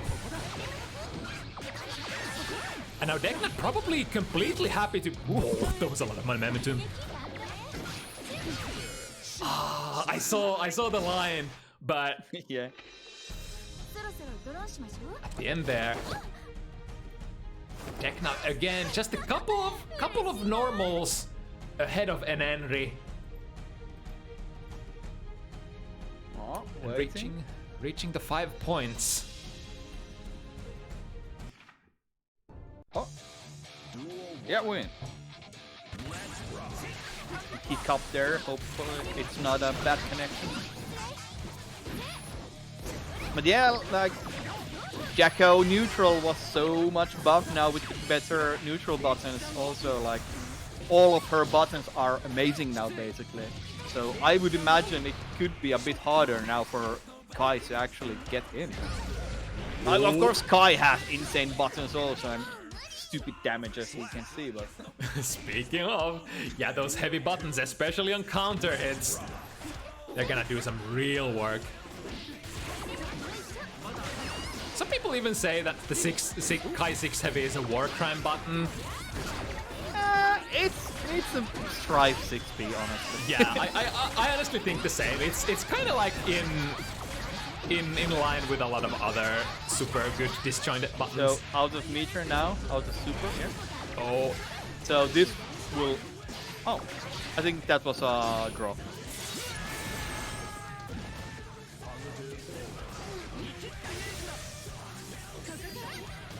oh, actually gets a punish still. That 6B whiff for so long with the use of the blue RC slowdown. Yeah. Deknud has had some really clutch RC usage so far. Alright, finds 2K. Here's the minion. Ooh, the aggressive stun dipper this time. And enenri hasn't Classic. really gone for those too much yet. You got 50 meter just to do it. Oh, the boss frames. Oh yeah, that's gonna be it. So enenri taking their first round or first match. Not free, official. Not free, and from here on out, it's just gonna be more. Wait, what am I trying to say? It's gonna be less free and free. That doesn't sound smart. All right. Anyway, corner pressure. Yeah, again we see this super runs out. Whoa, what's that? Bar. What's up? And now, yeah, it's time for Yo, opponents to try to do something. Deknud was dead center on keeping that pressure position, just sinking all of their pressure, all of their resources into that, even the burst. But I mean, as long as you get the round, that's probably worth it.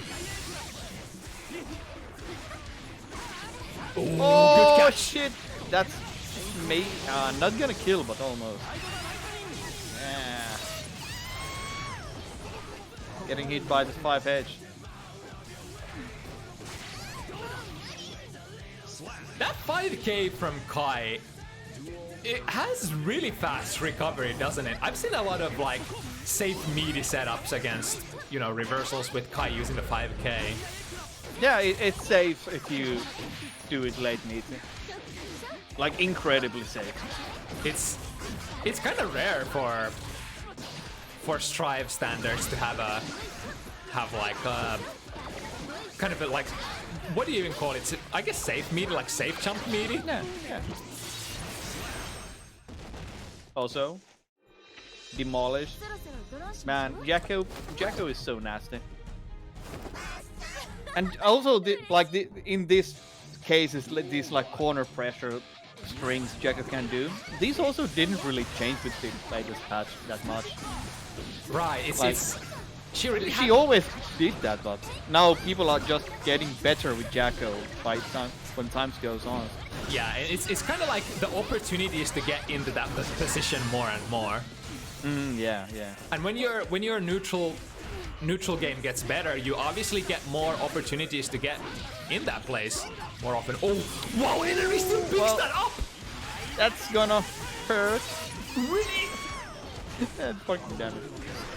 But I mean, to be honest, enenri really needs those hits. They come so far. That's surely not gonna. Yeah. Yoink. Yeah, that's gonna kill. Oh, not Close. Almost. It's a safe 5D with the minion hit. Smart for enenri to stand up, because you know that 5D is very, very tempting when the opponent is on their last hit point. Ooh, finds the combo two. into. Oh, this is dangerous. Kind of shame that the wall is gonna break almost instantly, but kind of avoiding that. Also, to note, this is set point for Deknud, which Yeah, which kind of this matchup really slipped by fast. yeah. Did Jacko's damage really change much? Not really. Their neutral got very much so buffed, but the damage is more or less the same. Because most of Jacko's combos don't use RCs. Like, you can use RC, but usually you have the minions, so... I guess that's a cool thing for a lot of characters who have to jump through the hoops, is that once you actually jump through the hoops, you don't necessarily need to spend meter for the conversions. So there's that.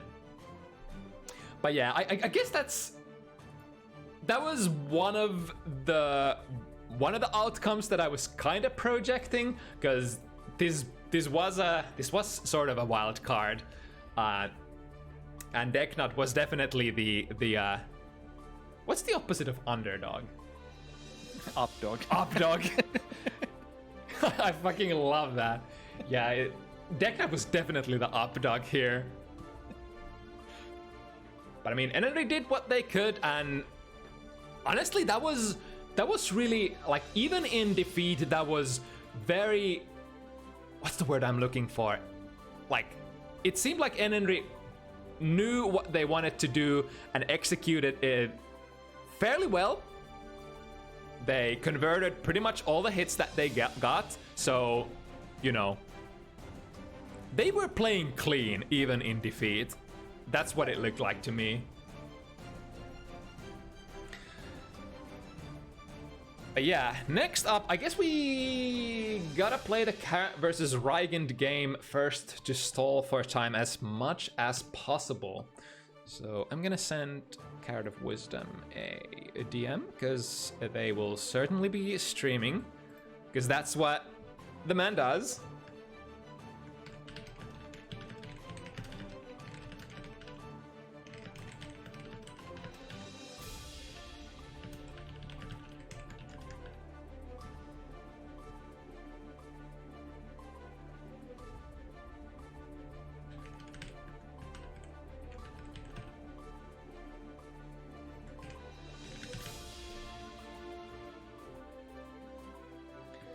Alright, so CarrotOfWisdom, previously Amelia main, now perhaps a Jacko main.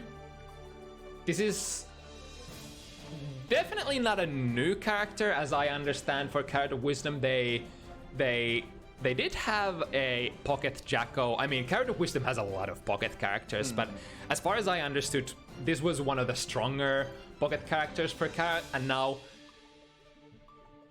it's like, I wonder if Carrot was dissatisfied with the Amelia changes, or what prompted this sort of change, but you know, either option seems good, so I guess Honestly, whatever. I've seen a bunch of Milias kind of doomering over the changes, even though she like mostly got buffs. I think it's just the overall atmosphere of the game where people don't really want to main Milia anymore that much. I think Jacko might be a bit more stable character. That's honestly, that's an interesting point. I think that's one of the reasons why most people don't play Faust, for example, because Faust is right. absolutely not stable. he has good stuff, but he's not stable. Like Millie are kind of the same, that you gotta do so many mix-ups and you might win against someone who kills you in one hit. Where Yeah. Jacko actually does really like impressive damage from basic mix-ups even. And if you're ready to pilot that extremely technical character that is Jacko, then yeah, for sure. All right, we got Carrot coming. Let's see. Is Rygand ready? Let me.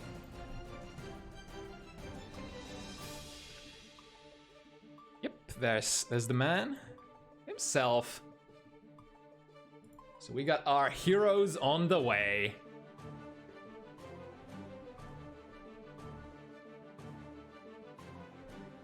CarrotOfWisdom is, you know, not just a man of many characters, but unending, just an unending drive to, you know, strive to be at the top. And I think Rygand, honestly, the feeling I've been getting from Rygand for a while is that they are very hungry as well. Very, very hungry to hunt down, you know, those who would have once been considered stronger than them. Yeah, I think I've seen Rygand also being a bit down about the game, but I think it's also from the fact that he's trying to get better and he is actually competitive in nature. Like getting a bit depressed about the game or your character kind of means that you care. Yeah, absolutely. It's like once you put in the effort, and it's like the more effort you put into the game, the more you're invested, and the more invested you are, the more you want to see results. That's just, I guess, the natural way of Here things. we can see Rygand not giving any chances for Carrot to do her stuff. Like Carrot just cannot get the pressure going unless. Well, jumping buttons from May. Yeah. There we go. There's your betting. Jacko 5H getting buffed. And minion parry also getting buffed. Ooh, the pressure. Here it comes. Activate the buff. Just attack super. No throw mix-up. Just getting the chip damage out. That's a Frankie very, risk. very considerable amount of chip damage, but Rygand clears it and gets to keep their burst as well. Yeah, that's actually pretty big, because considering the risk is so high, the burst can still save them. How easy? It's fairly easy to burst against that corner pressure, right? I think you can always burst the second hit, like when you gotta pick the minion up. Because there's like 2 steps to the loop. You pick up a minion and you drop a minion. Ooh, parrying the 3K. Does not stop Rygand. Here we go, immediate burst. Avoid the big damage that comes from hitting those anchors. Oh, just goes through the minions with the dolphin. That's interesting. It's like when you hit those minions, your hitbox will kind of linger out there. Totsugeki not having like the strongest hitbox when it stays active. Ooh, is this gonna kill? Super close. Oh, last pixel. Surprising. But now it's almost impossible for Rygand to come back from this. I mean, yeah. There's just no fucking chance you can get in on Jacko after with so little HP. Yeah, Jacko is one of those characters, kind of like Axel or what other like strong long-range characters you have, that you're probably expecting to take a little bit of chip damage on the way in. So being on your last pixel is not the best place to be against them. Man, the RPS, parry. yeah, the RPS with the parry has been very active. Yeah, and the duration is like double or something now on the parry. So it's very likely you can land it. That's kind of nice, because it was a very underutilized option, I want to say, previously. Yeah, it kind of didn't do what it needed to do.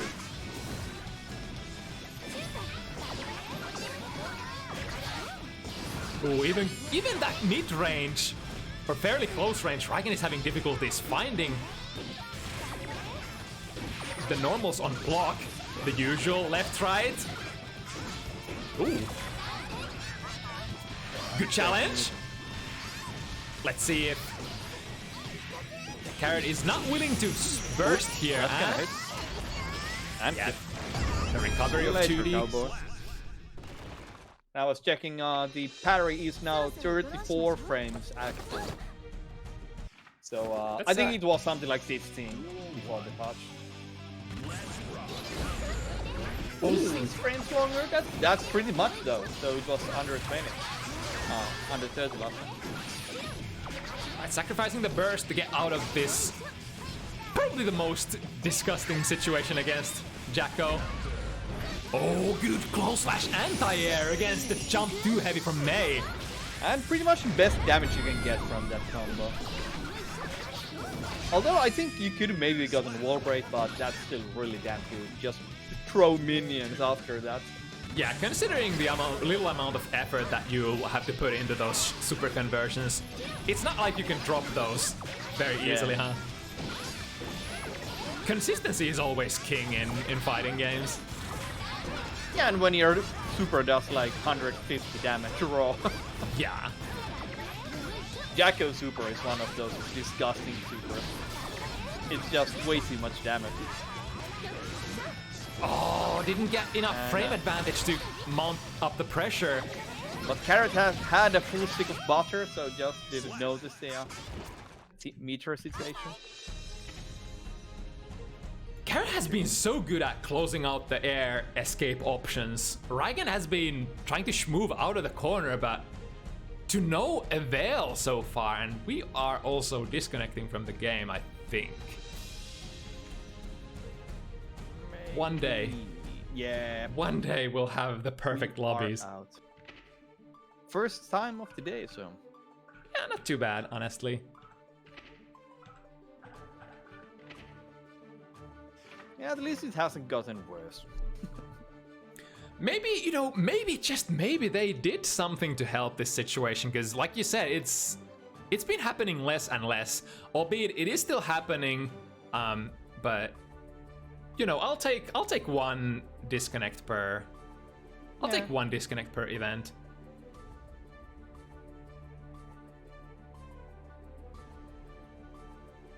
I think they also noticed. Nothing is happening in the match. I think they noticed, yeah, judging by the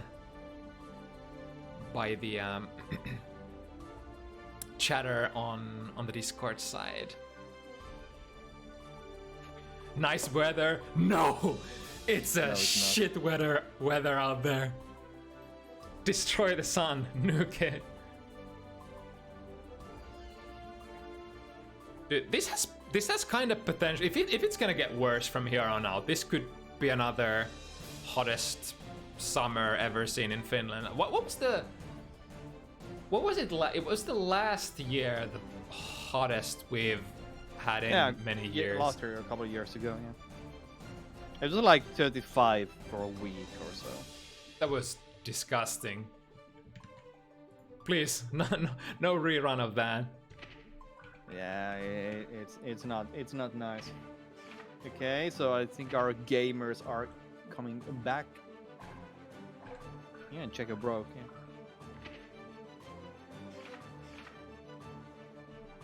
Okay. Yeah.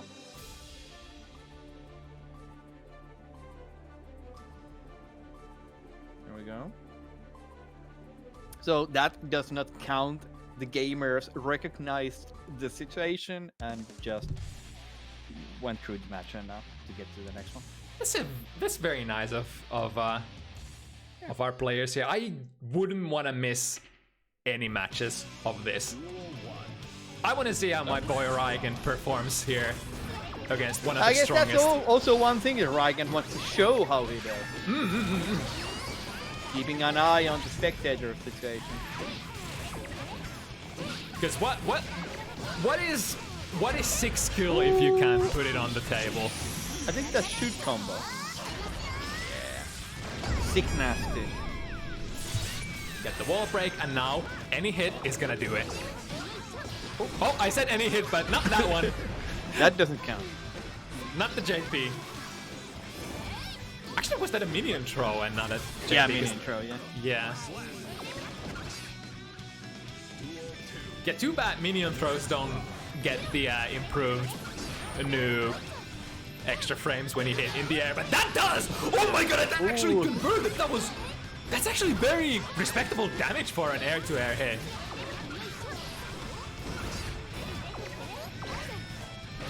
Rygand again trying to move out of the corner, but CarrotOfWisdom is perfectly ready to hard bait. Rygand doesn't take it this time. Ooh, Rygand gets very nice value out of that hard burst. Carrot's pressure kind of slowing down now. Full stick of butter, but nothing is happening.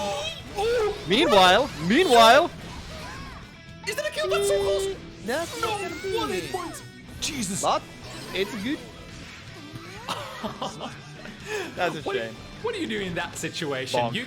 I think you can't even super because your super doesn't quite hit there.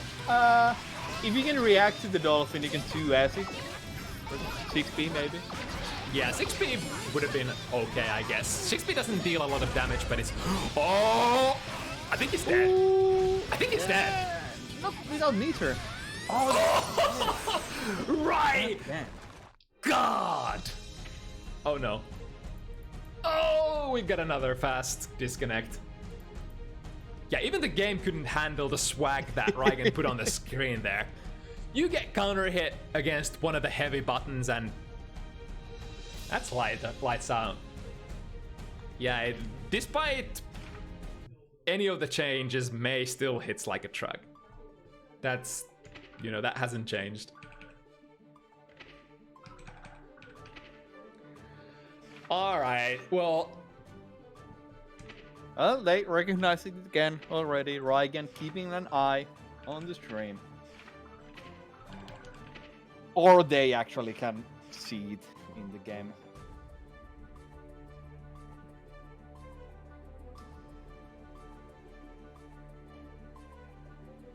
Rygand is stuck in a limbo. Yeah. Yeah, I think this time the entire match crashed. You know, Haven't we seen were... that one before. Yeah. Fix old issues, get a couple of new issues in turn. But yeah, we were so close to actually not being able to witness that first... Oh, speaking of the heavies. No meter. Still got 40% or 30%. Too bad the 3K doesn't hard knockdown anymore for Mei. Yeah, but wait, that's a having played against multiple Meis, also, what the fuck is this damage? But 2-touch. having played against multiple Meis, I don't think the 3K change really matters that much. They just changed the meaty situation. Like it's less damage basically. Because they still get Orki from it. Oh, again, the heavies from Rygand have been the carrying force for these past couple of games. Let's see how they can build it up, keep it up. I think it's the classic case of Mei pressing buttons and you press buttons into the Mei buttons. Ooh, well, that's gonna hit. But not gonna be enough. Almost. Oh, wait a second. Of course, Carrot had the 100 meter, making that reversal super extremely deadly. Yeah, big damage. Yeah, I guess it's nice. Well, depending on your point of view, the 3K would have basically given you the close range. If you get hit here, counter hit, you're gonna die situation, and you're not necessarily gonna get that anymore. Nice wood punish on the 5H. Left, right, what's it gonna be? Oh, interesting routing. So, next one, will kill. Again. Yep. Yeah, there's just no escape from the corner. CarrotOfWisdom staying so tight. そろそろドローしましょう I think those jumping P and K hits into the minion attacks are way easier now because of lift from the attacks. You have more time to confirm the situation. Wow, that was a burst, but Carrot already lost like half their health. Like that's the thing about this classic kick loop. Damn, that's so cool. And you can't really do anything about that. Like, you just gotta eat it. Ooh, looking mighty dangerous. It's a good burst. Don't want to get locked out in the corner. Oh, but didn't even get to use all that meter. That was one of the motivating factors of that burst, because Rygand had almost 100. Definitely wanted to use that juice. Rygand getting under Carrot. That's a really good place to be. As long as you land a hit on the way down. Oh, whiffed kick. Yeah, that's Rygand's chance. Oh, tried to answer again. Ooh, big 580 hit, but not a counter hit, so didn't get the convert. Mix-ups with no meeting. I think something was fucked up there. Nice spacing there, making that Full air take dash. of butter. I think anything will kill. Yeah. They had the opportunity to do a super also. And, そろそろドロー God, this is such an explosive matchup back and forth. May gets one hit, Jacko dies, but I mean, Carrot gets one hit and it's decent amount of damage, and then potentially puts you in a checkmate position as well. oh lord. Maybe didn't have the charge there or baiting the burst, not sure. Funny enough, this is the second time in a row that Rygand has to play against Jacko, because they did play the Deknud matchup previously. Yeah, he was cursing it a bit in the Discord before, like, god damn it, again, Jacko. And not gonna kill, but a lot of damage. That is a lot of damage. I wonder if God. they could have RC. Maybe not, so close to the wall.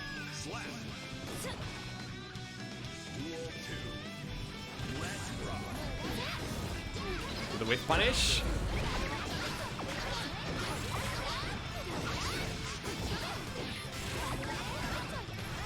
Pressure is intense.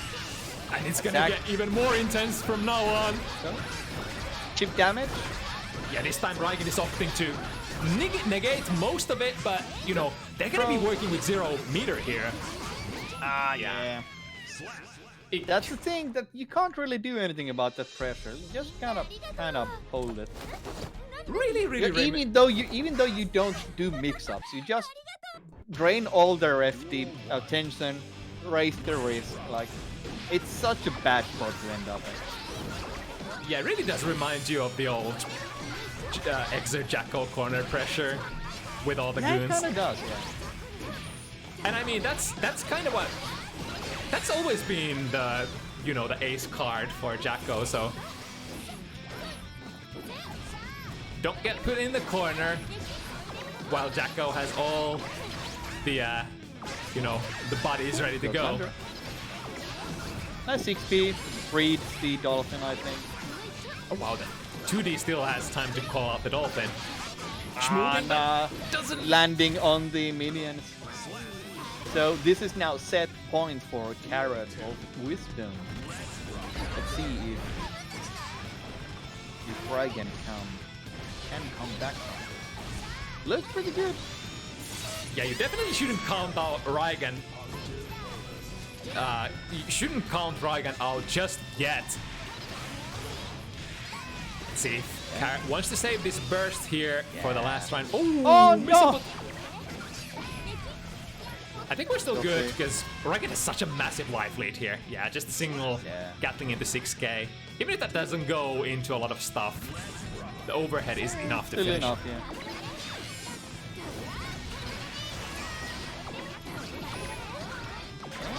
It's really hard to get in.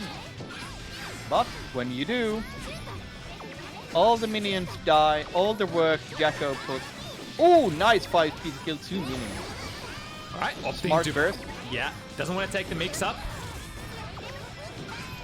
And wants to avoid getting off. Oh, thank you, minion, says Rygand. Pro, yeah.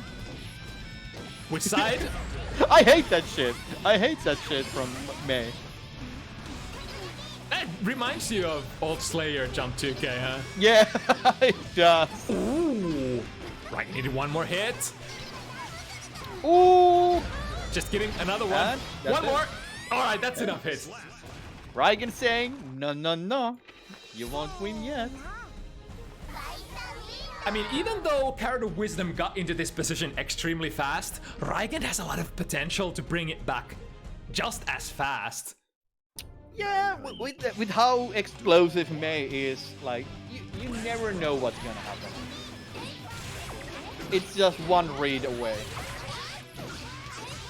Although, like, look at this damage. That's a basic combo, a third of the HP gone. It's pretty good. That's not gonna work. Oh, I think it's just barely gone. Yeah, that looked so late, but damn.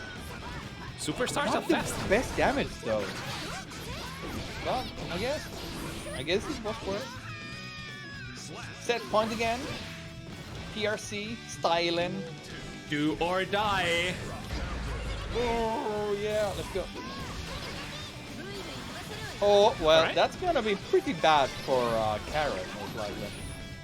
Luckily, that Not was having a burst is pretty horrible. Yeah. Although. Oh lord! Chance to murder. Didn't have the 50 meter to take it, but oh, it was already active.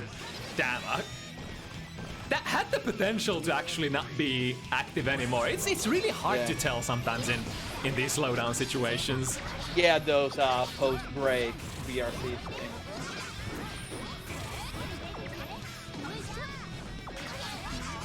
Whoosh moving in position once again. Yeah, you can see how hungry Rygand is. They really want this. That's gonna hurt. Where's your As life Rygand going? would say, that is very dangerous. Oh! Alright, just So fucking close.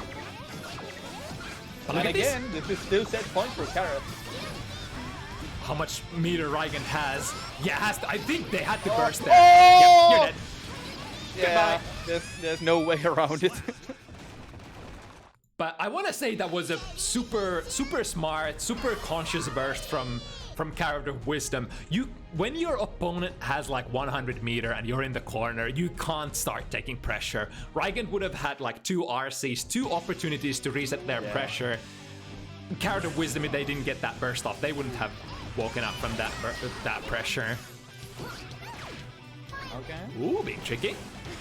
God, Rygand is starting to activate.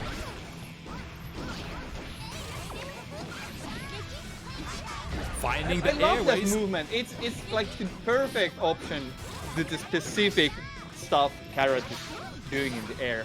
Yeah, and it's been so close. The earlier times Carrot has been catching Rygand doing the movement, it's been so close, but now Rygand finding the perfect angles and delivers the pain. Oh! That could have been it. And insane tension game. Oh, but you're not the only one who can delay your momentum in the air, Rygand. Negative penalty. Nice angle. Ooh. Rygand still. Oh, up to the burst here, and that's brave, but it could be doable. It's definitely doable. And now Rygand has to get in one more time to seal So the deal. no minions available. Ah, damn. Yeah. That dolphin is starting to work out pretty well as well to power through those minions, especially when Carrot is in the air presently. I think the minions actually partially fuck up the timing to 6p because it delays the dolphin, and your 6p active will run out before it fixes.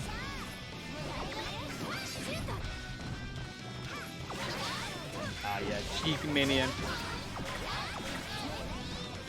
Okay, so there's no mini gate for Oh! Carrot. Caught Carrot landing with the 2K! Here we go. What's the mix-up into? Command grab. Oh, saved by the bell. The wall breaks just in time for Carrot to get out of there. Oh! That was Accidentally did the optimal thing. That was the cleanest and the dirtiest 6P at the same time. Wow, that didn't No break the wall wall. break? Really? I think that's a bug. And okay. That's funky. Keep the pressure. Another one. And a command grab. Oh!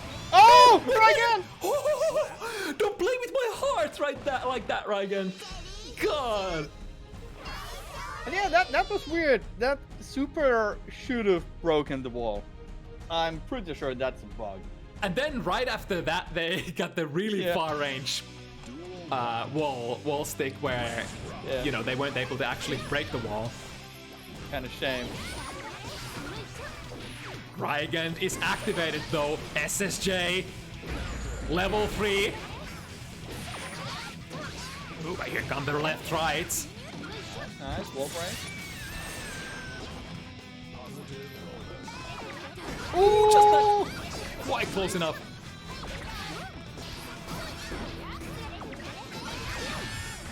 Alright. Clearing out the minions with 5H. Is the burst gonna be there?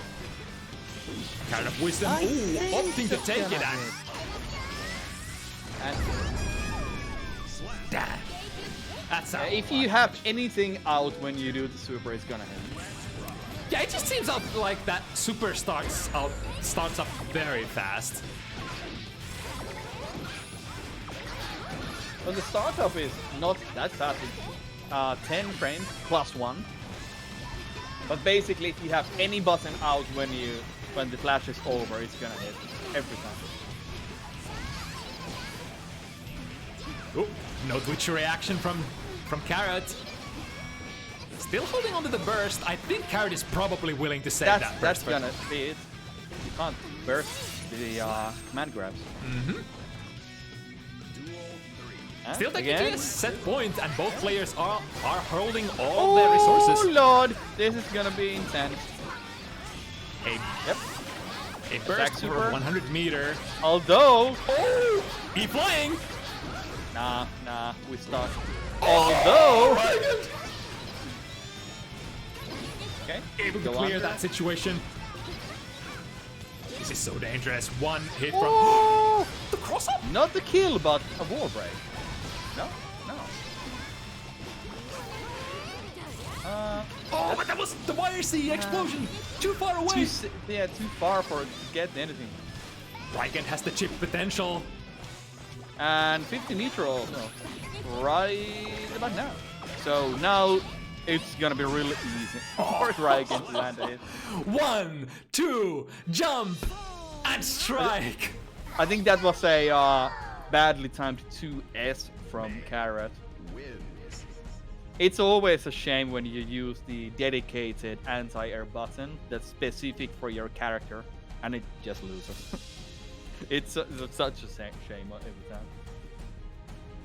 I wonder, is at this point, is it better to go for air-to-airs if you know your opponent is gonna bait hard with the air momentum changes? I wonder. I would not go for air-to-air personally. I would just run under.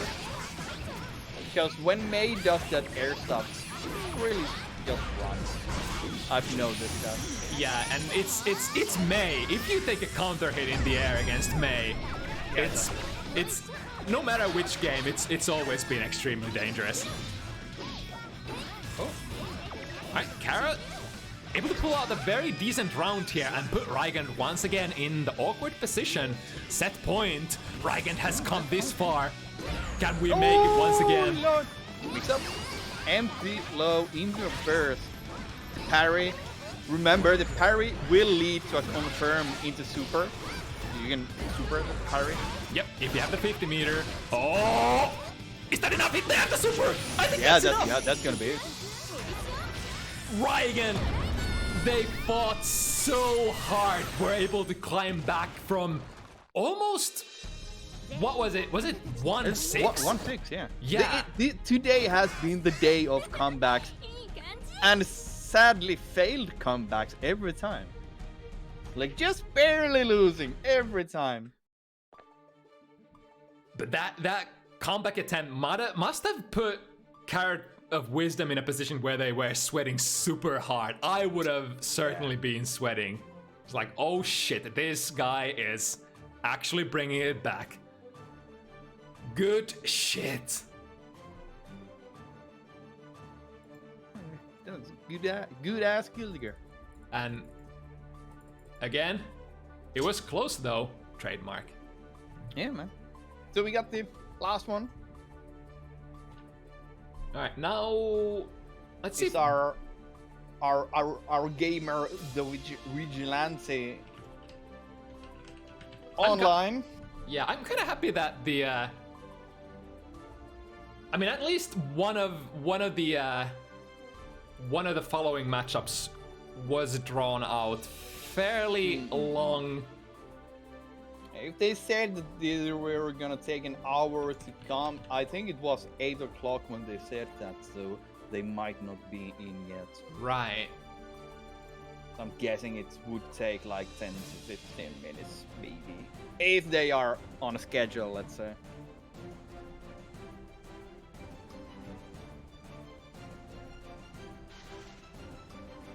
But as said, if Fecian is ready, I can do the emergency matchup. Oh, I see Vigilante type. Oh, maybe Let's see. Are we ready? How much more do we need? Alright, so Vigilante said 5 more minutes and booting up PC. Alright, we can definitely wait for that much. Yeah, for sure.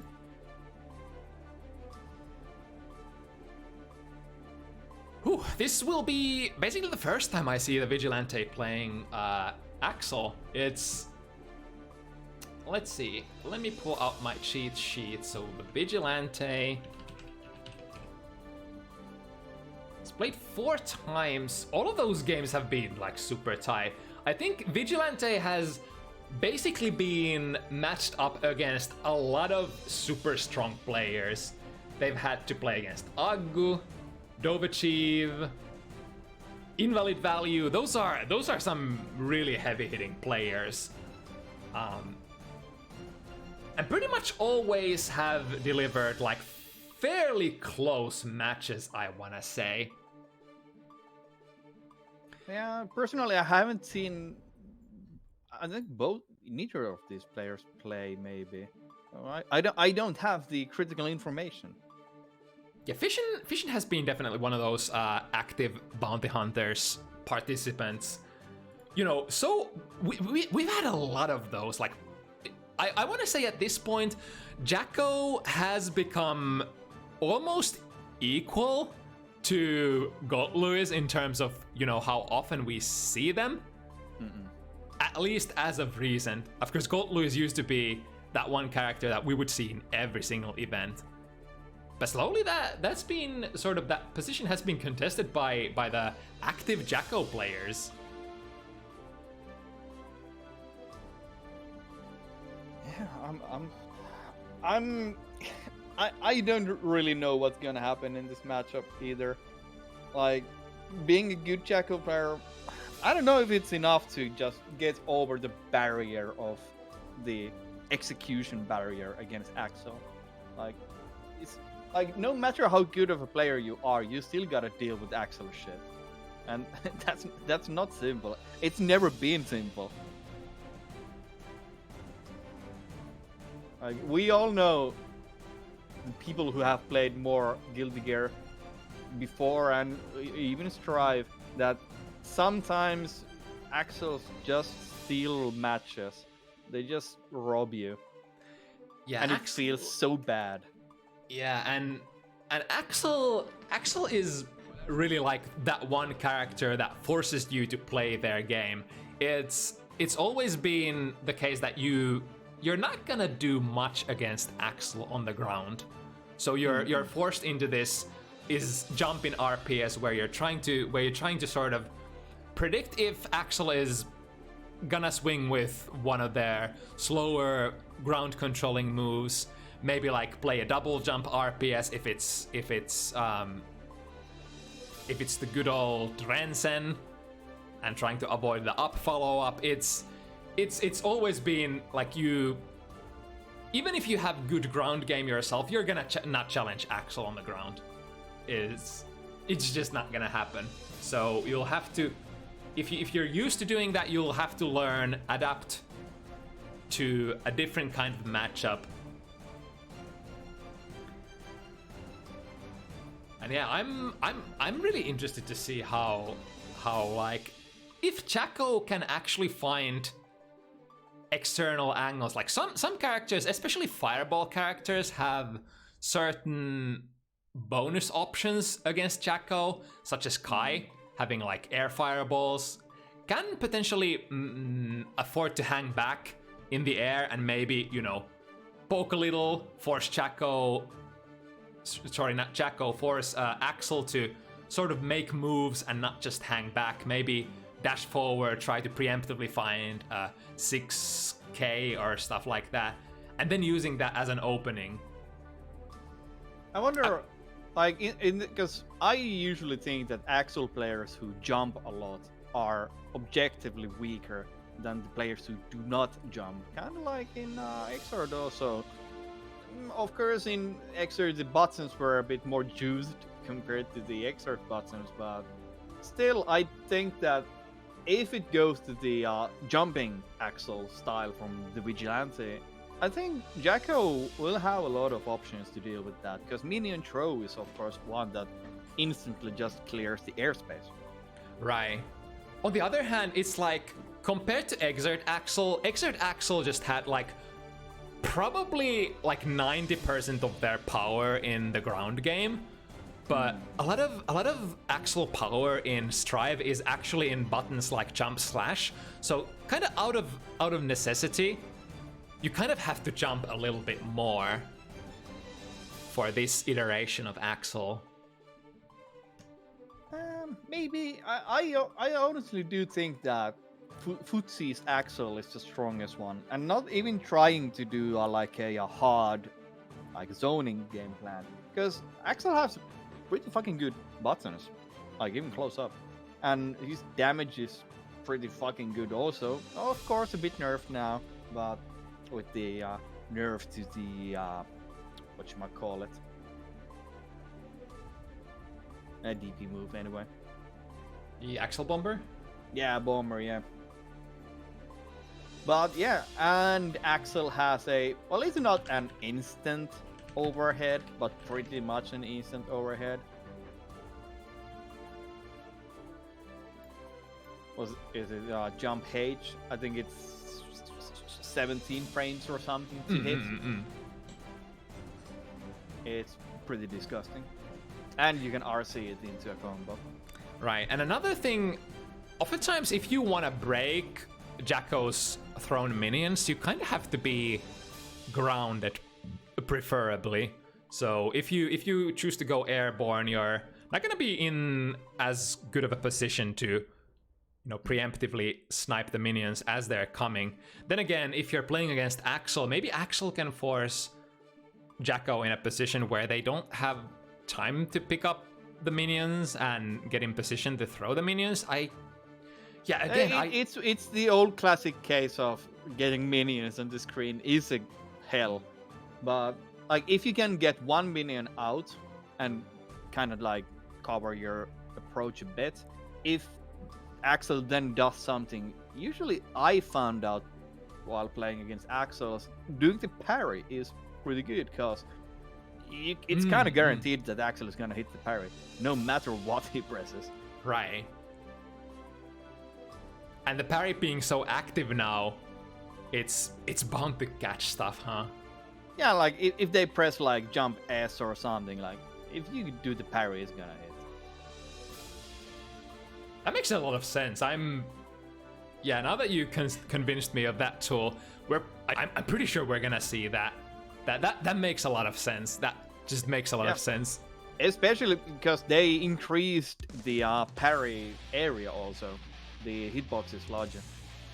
I'm not sure how much larger it is, but I would imagine it's enough. So Axel would actually have to stop doing anything and just, you know, wait for the parry to expire and then poke. But... Ooh, 6 heavy. Runs out really strong.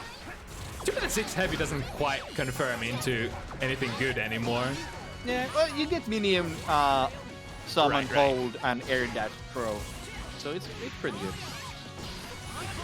Yeah, especially in this matchup, because getting out the minions is so precious. So Vigilante, pretty active on the pressure, going in. Fecian was trying to fish for that burst pretty hard. Ooh, so, oh! I think this should kill. Yeah, still got it. Yeah, one Vision still active. Oh yeah, didn't they increase the time for the time stop, like last stop or something? I wonder, I forgot, because I don't think I read through the actual changes extensively. Oh wow! Pushing meeting. Fecian tried to go for the parry super, I think.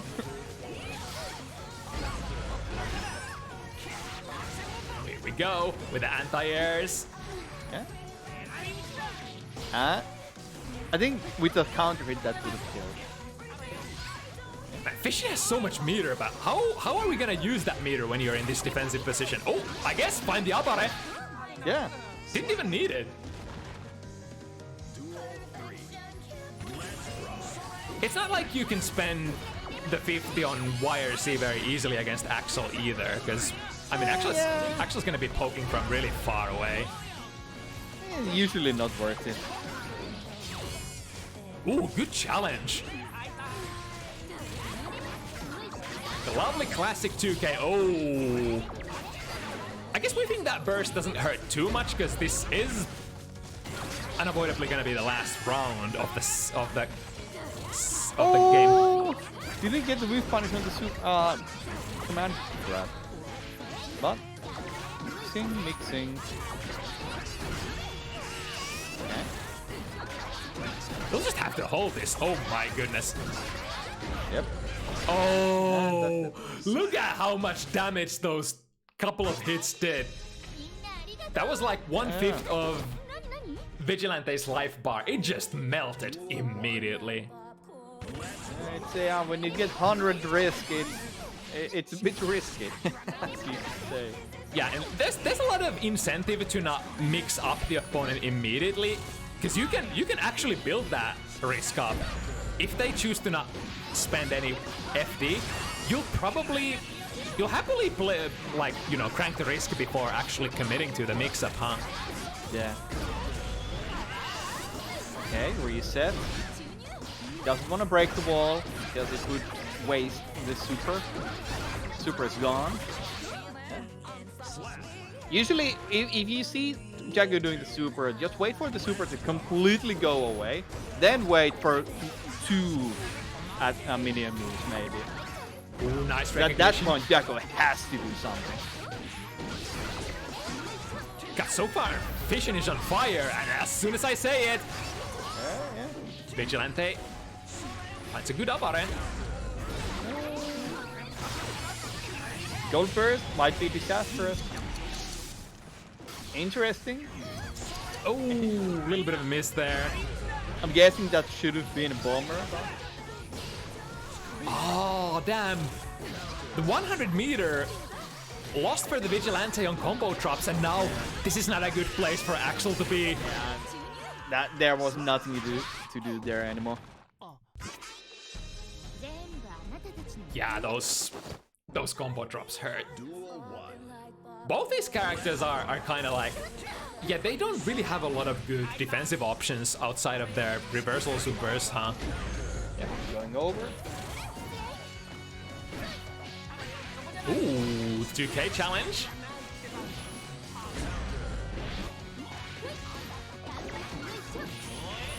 Ooh, speaking of. And the punish. Oh, but missed the punish. Knew the jump Almost between the did hits. the right thing, but I wonder if they is the throw just such a good punish there compared to whatever else you can get? nah, you get like close to that or jumping heavy or whatever.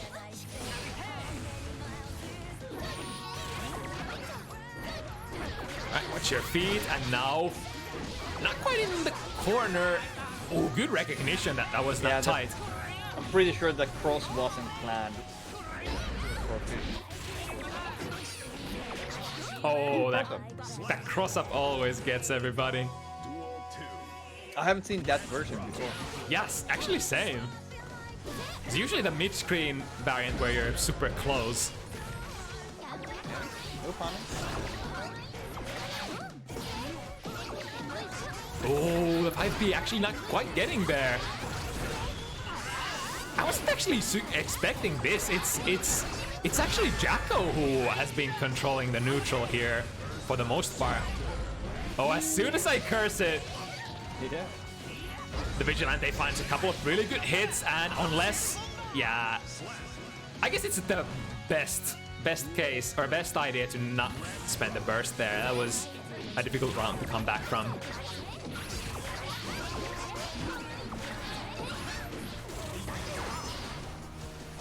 Also, Jacko got a pretty massive buff with the dash cancels on button.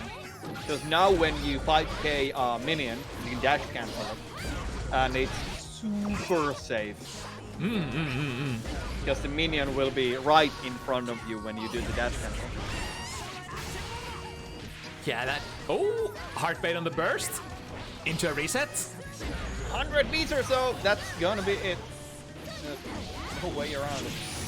Did the long combo just for show, I guess. Get over here. But yeah, that's a massive buff that people don't really speak about. That 5k'ing a minion on the ground, then dash canceling that. Yeah, honestly, like a change you can't really read from the patch notes as is, because it's like, Yeah. you have to see like a couple of moves further. It's kind of like Jacko used to have the classic one that you do 5k and pulls the minion from behind you in front of you. So now you can kind of do the same with 5k, and it's just like kind of safe. Ooh, that was a great choice from Vigilante. Oh, that's a new combo! Ooh, yeah.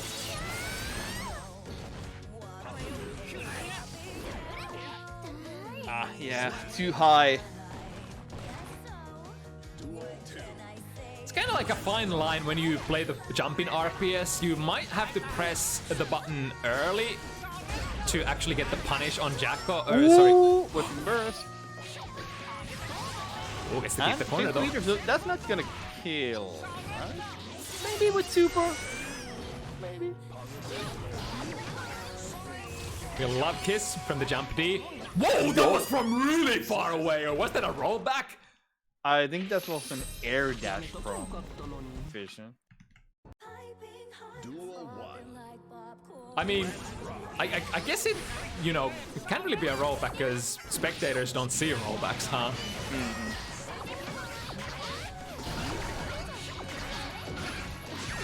All minion, bark, gone. This is definitely a good place to. Oh. Oh, nice. This is gonna deal quite a bit of damage.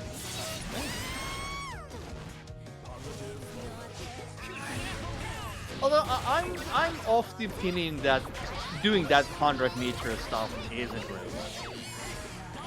Yeah, it's kind of that. Do you like? Can you kill if after the situation you don't have the 50-meter anymore? Then you've closed off one option out of cool combo, by the way. Yeah. You kind Are of so cool. you've kind of closed off one option from your repertoire. Okay, Rensen a bit too close, and it kind of does nothing. Ooh, well placed 5B. And finds the close slash, yeah, forcing Fecian to burst that would have been decent amount of damage.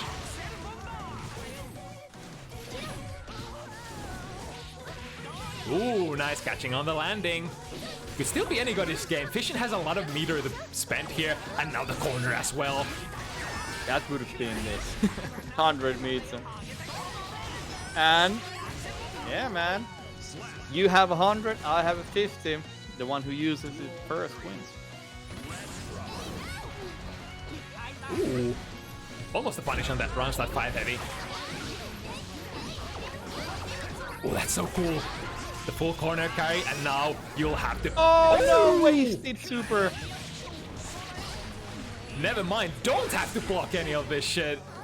Yeah, man. Oh no. First minute as well. Well, no punish though. No. Could be worse. The stray hit on the way out and has the meter. You still get it? Oh, wait a second. Come back. Jacko can actually do this pretty well. Yeah, at the 50 meter. Ah, man, the minion. Oh, the 2S barely whiffed. No. That was, I like that option. Was trying to jump, dash under that jump D. That would have put the Vigilante in a pretty decent position, but alas, the hitbox a little too large. Headshot. Headshots. Oh, yes, we hit from behind. Because Guilty Gear and hitboxes. Jacko, one of the few ones who has really good cross-ups also.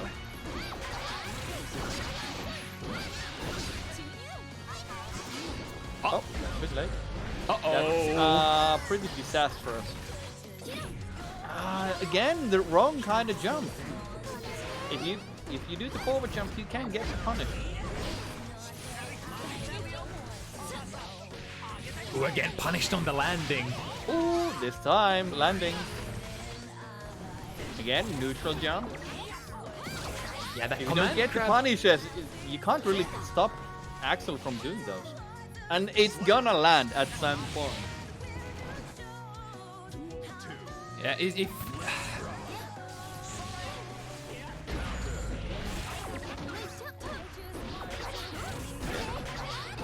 Basic minion stuff. Minion gauge is gone. And it's back. Mid back on the menu. But no minions, so. is the wall gonna break before? No. Okay. I think Fecian actually, from a couple of occasions, chose to abort the combo to keep the corner there. I'm not sure, but it kind of looked like it. Which is super smart considering they had the install super on as well. Yeah. Try to not waste it completely.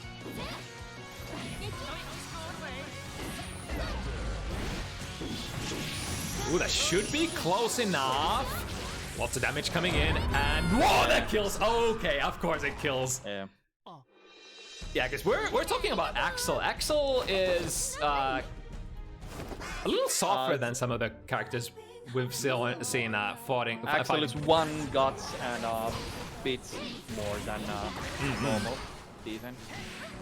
Oh, a bit weaker than a default. Yeah, especially the guts will make a big difference. Not quite zero guts though, not really Zato gaming.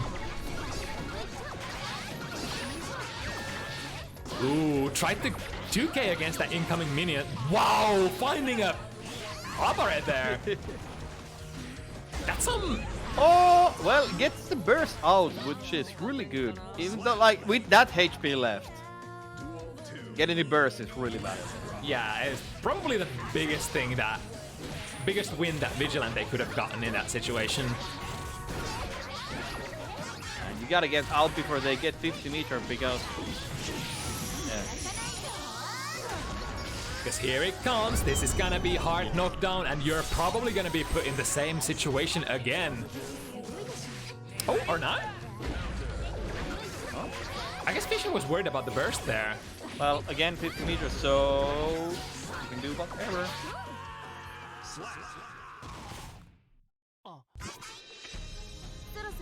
しましょう。 Well, That's like, as I said on the previous set, I think that Jacko really doesn't use meter for her combos.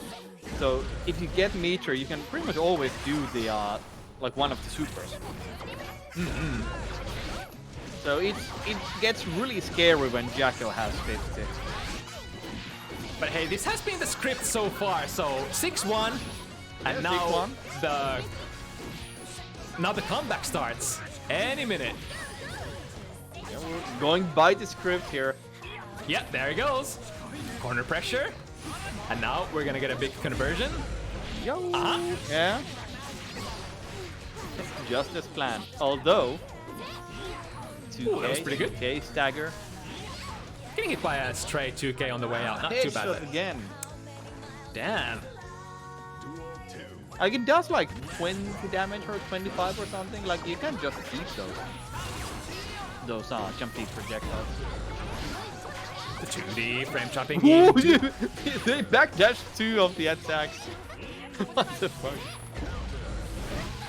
Oh, this will be a lot of damage. No, they're not gonna kill yet, but yeah. Oh my god, that was almost a kill. That's it. That's all, folks. Damn you, Fecian. I guess Fecian didn't read the script, huh? Yeah, it should have been like 5-7 or something. Well, I guess we got our revenge against Axel in one way. I bet after losing that Axel matchup against Gamma, Fecian has probably been practicing the matchup, looking for the revenge.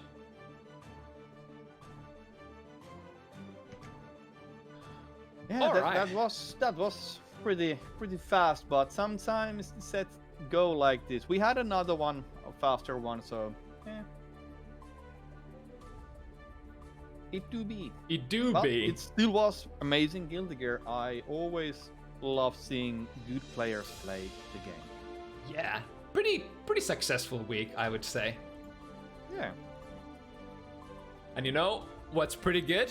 It happens every week, every Sunday, same time, 5 p.m. CEST. If you want to sign up for next week, keep an eye out on any Strive relevant European Discord. If you're not sure which one to join, you can join mine, bottom right corner of the screen.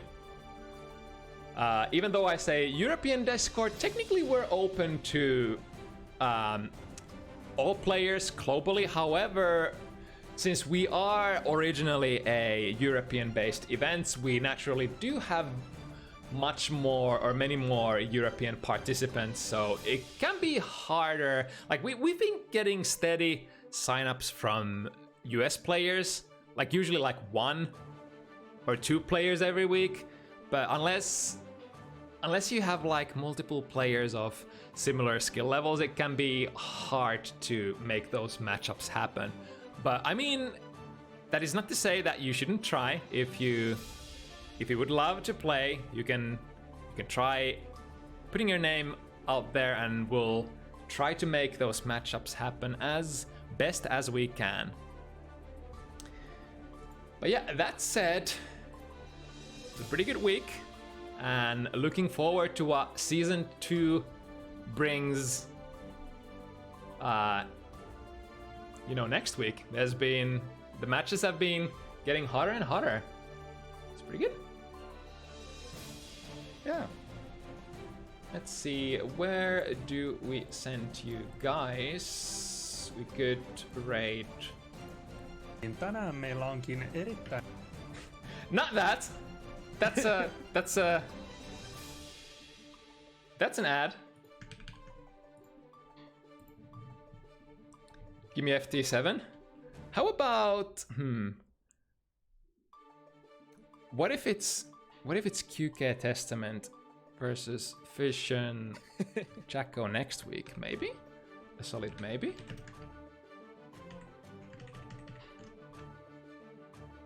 Not done yet? Matchups.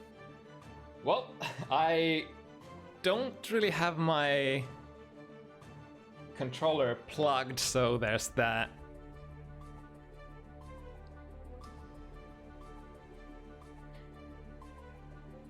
Right now, no. Next week. We can try to make that happen next week. Although I'll have to practice my ass off, to be honest.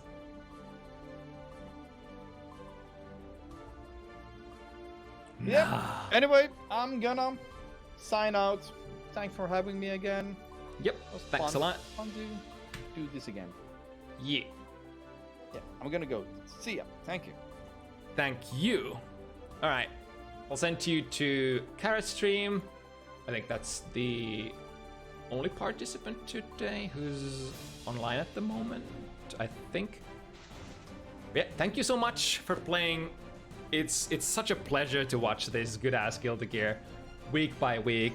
Not only watch it, but to be able to commentate it.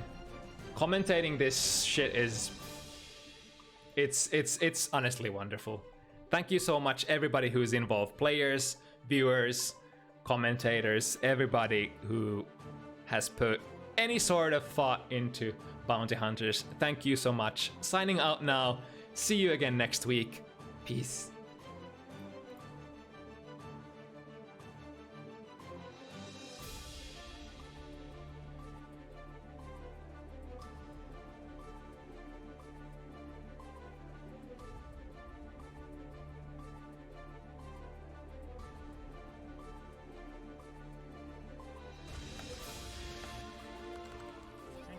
Thank you for the raid.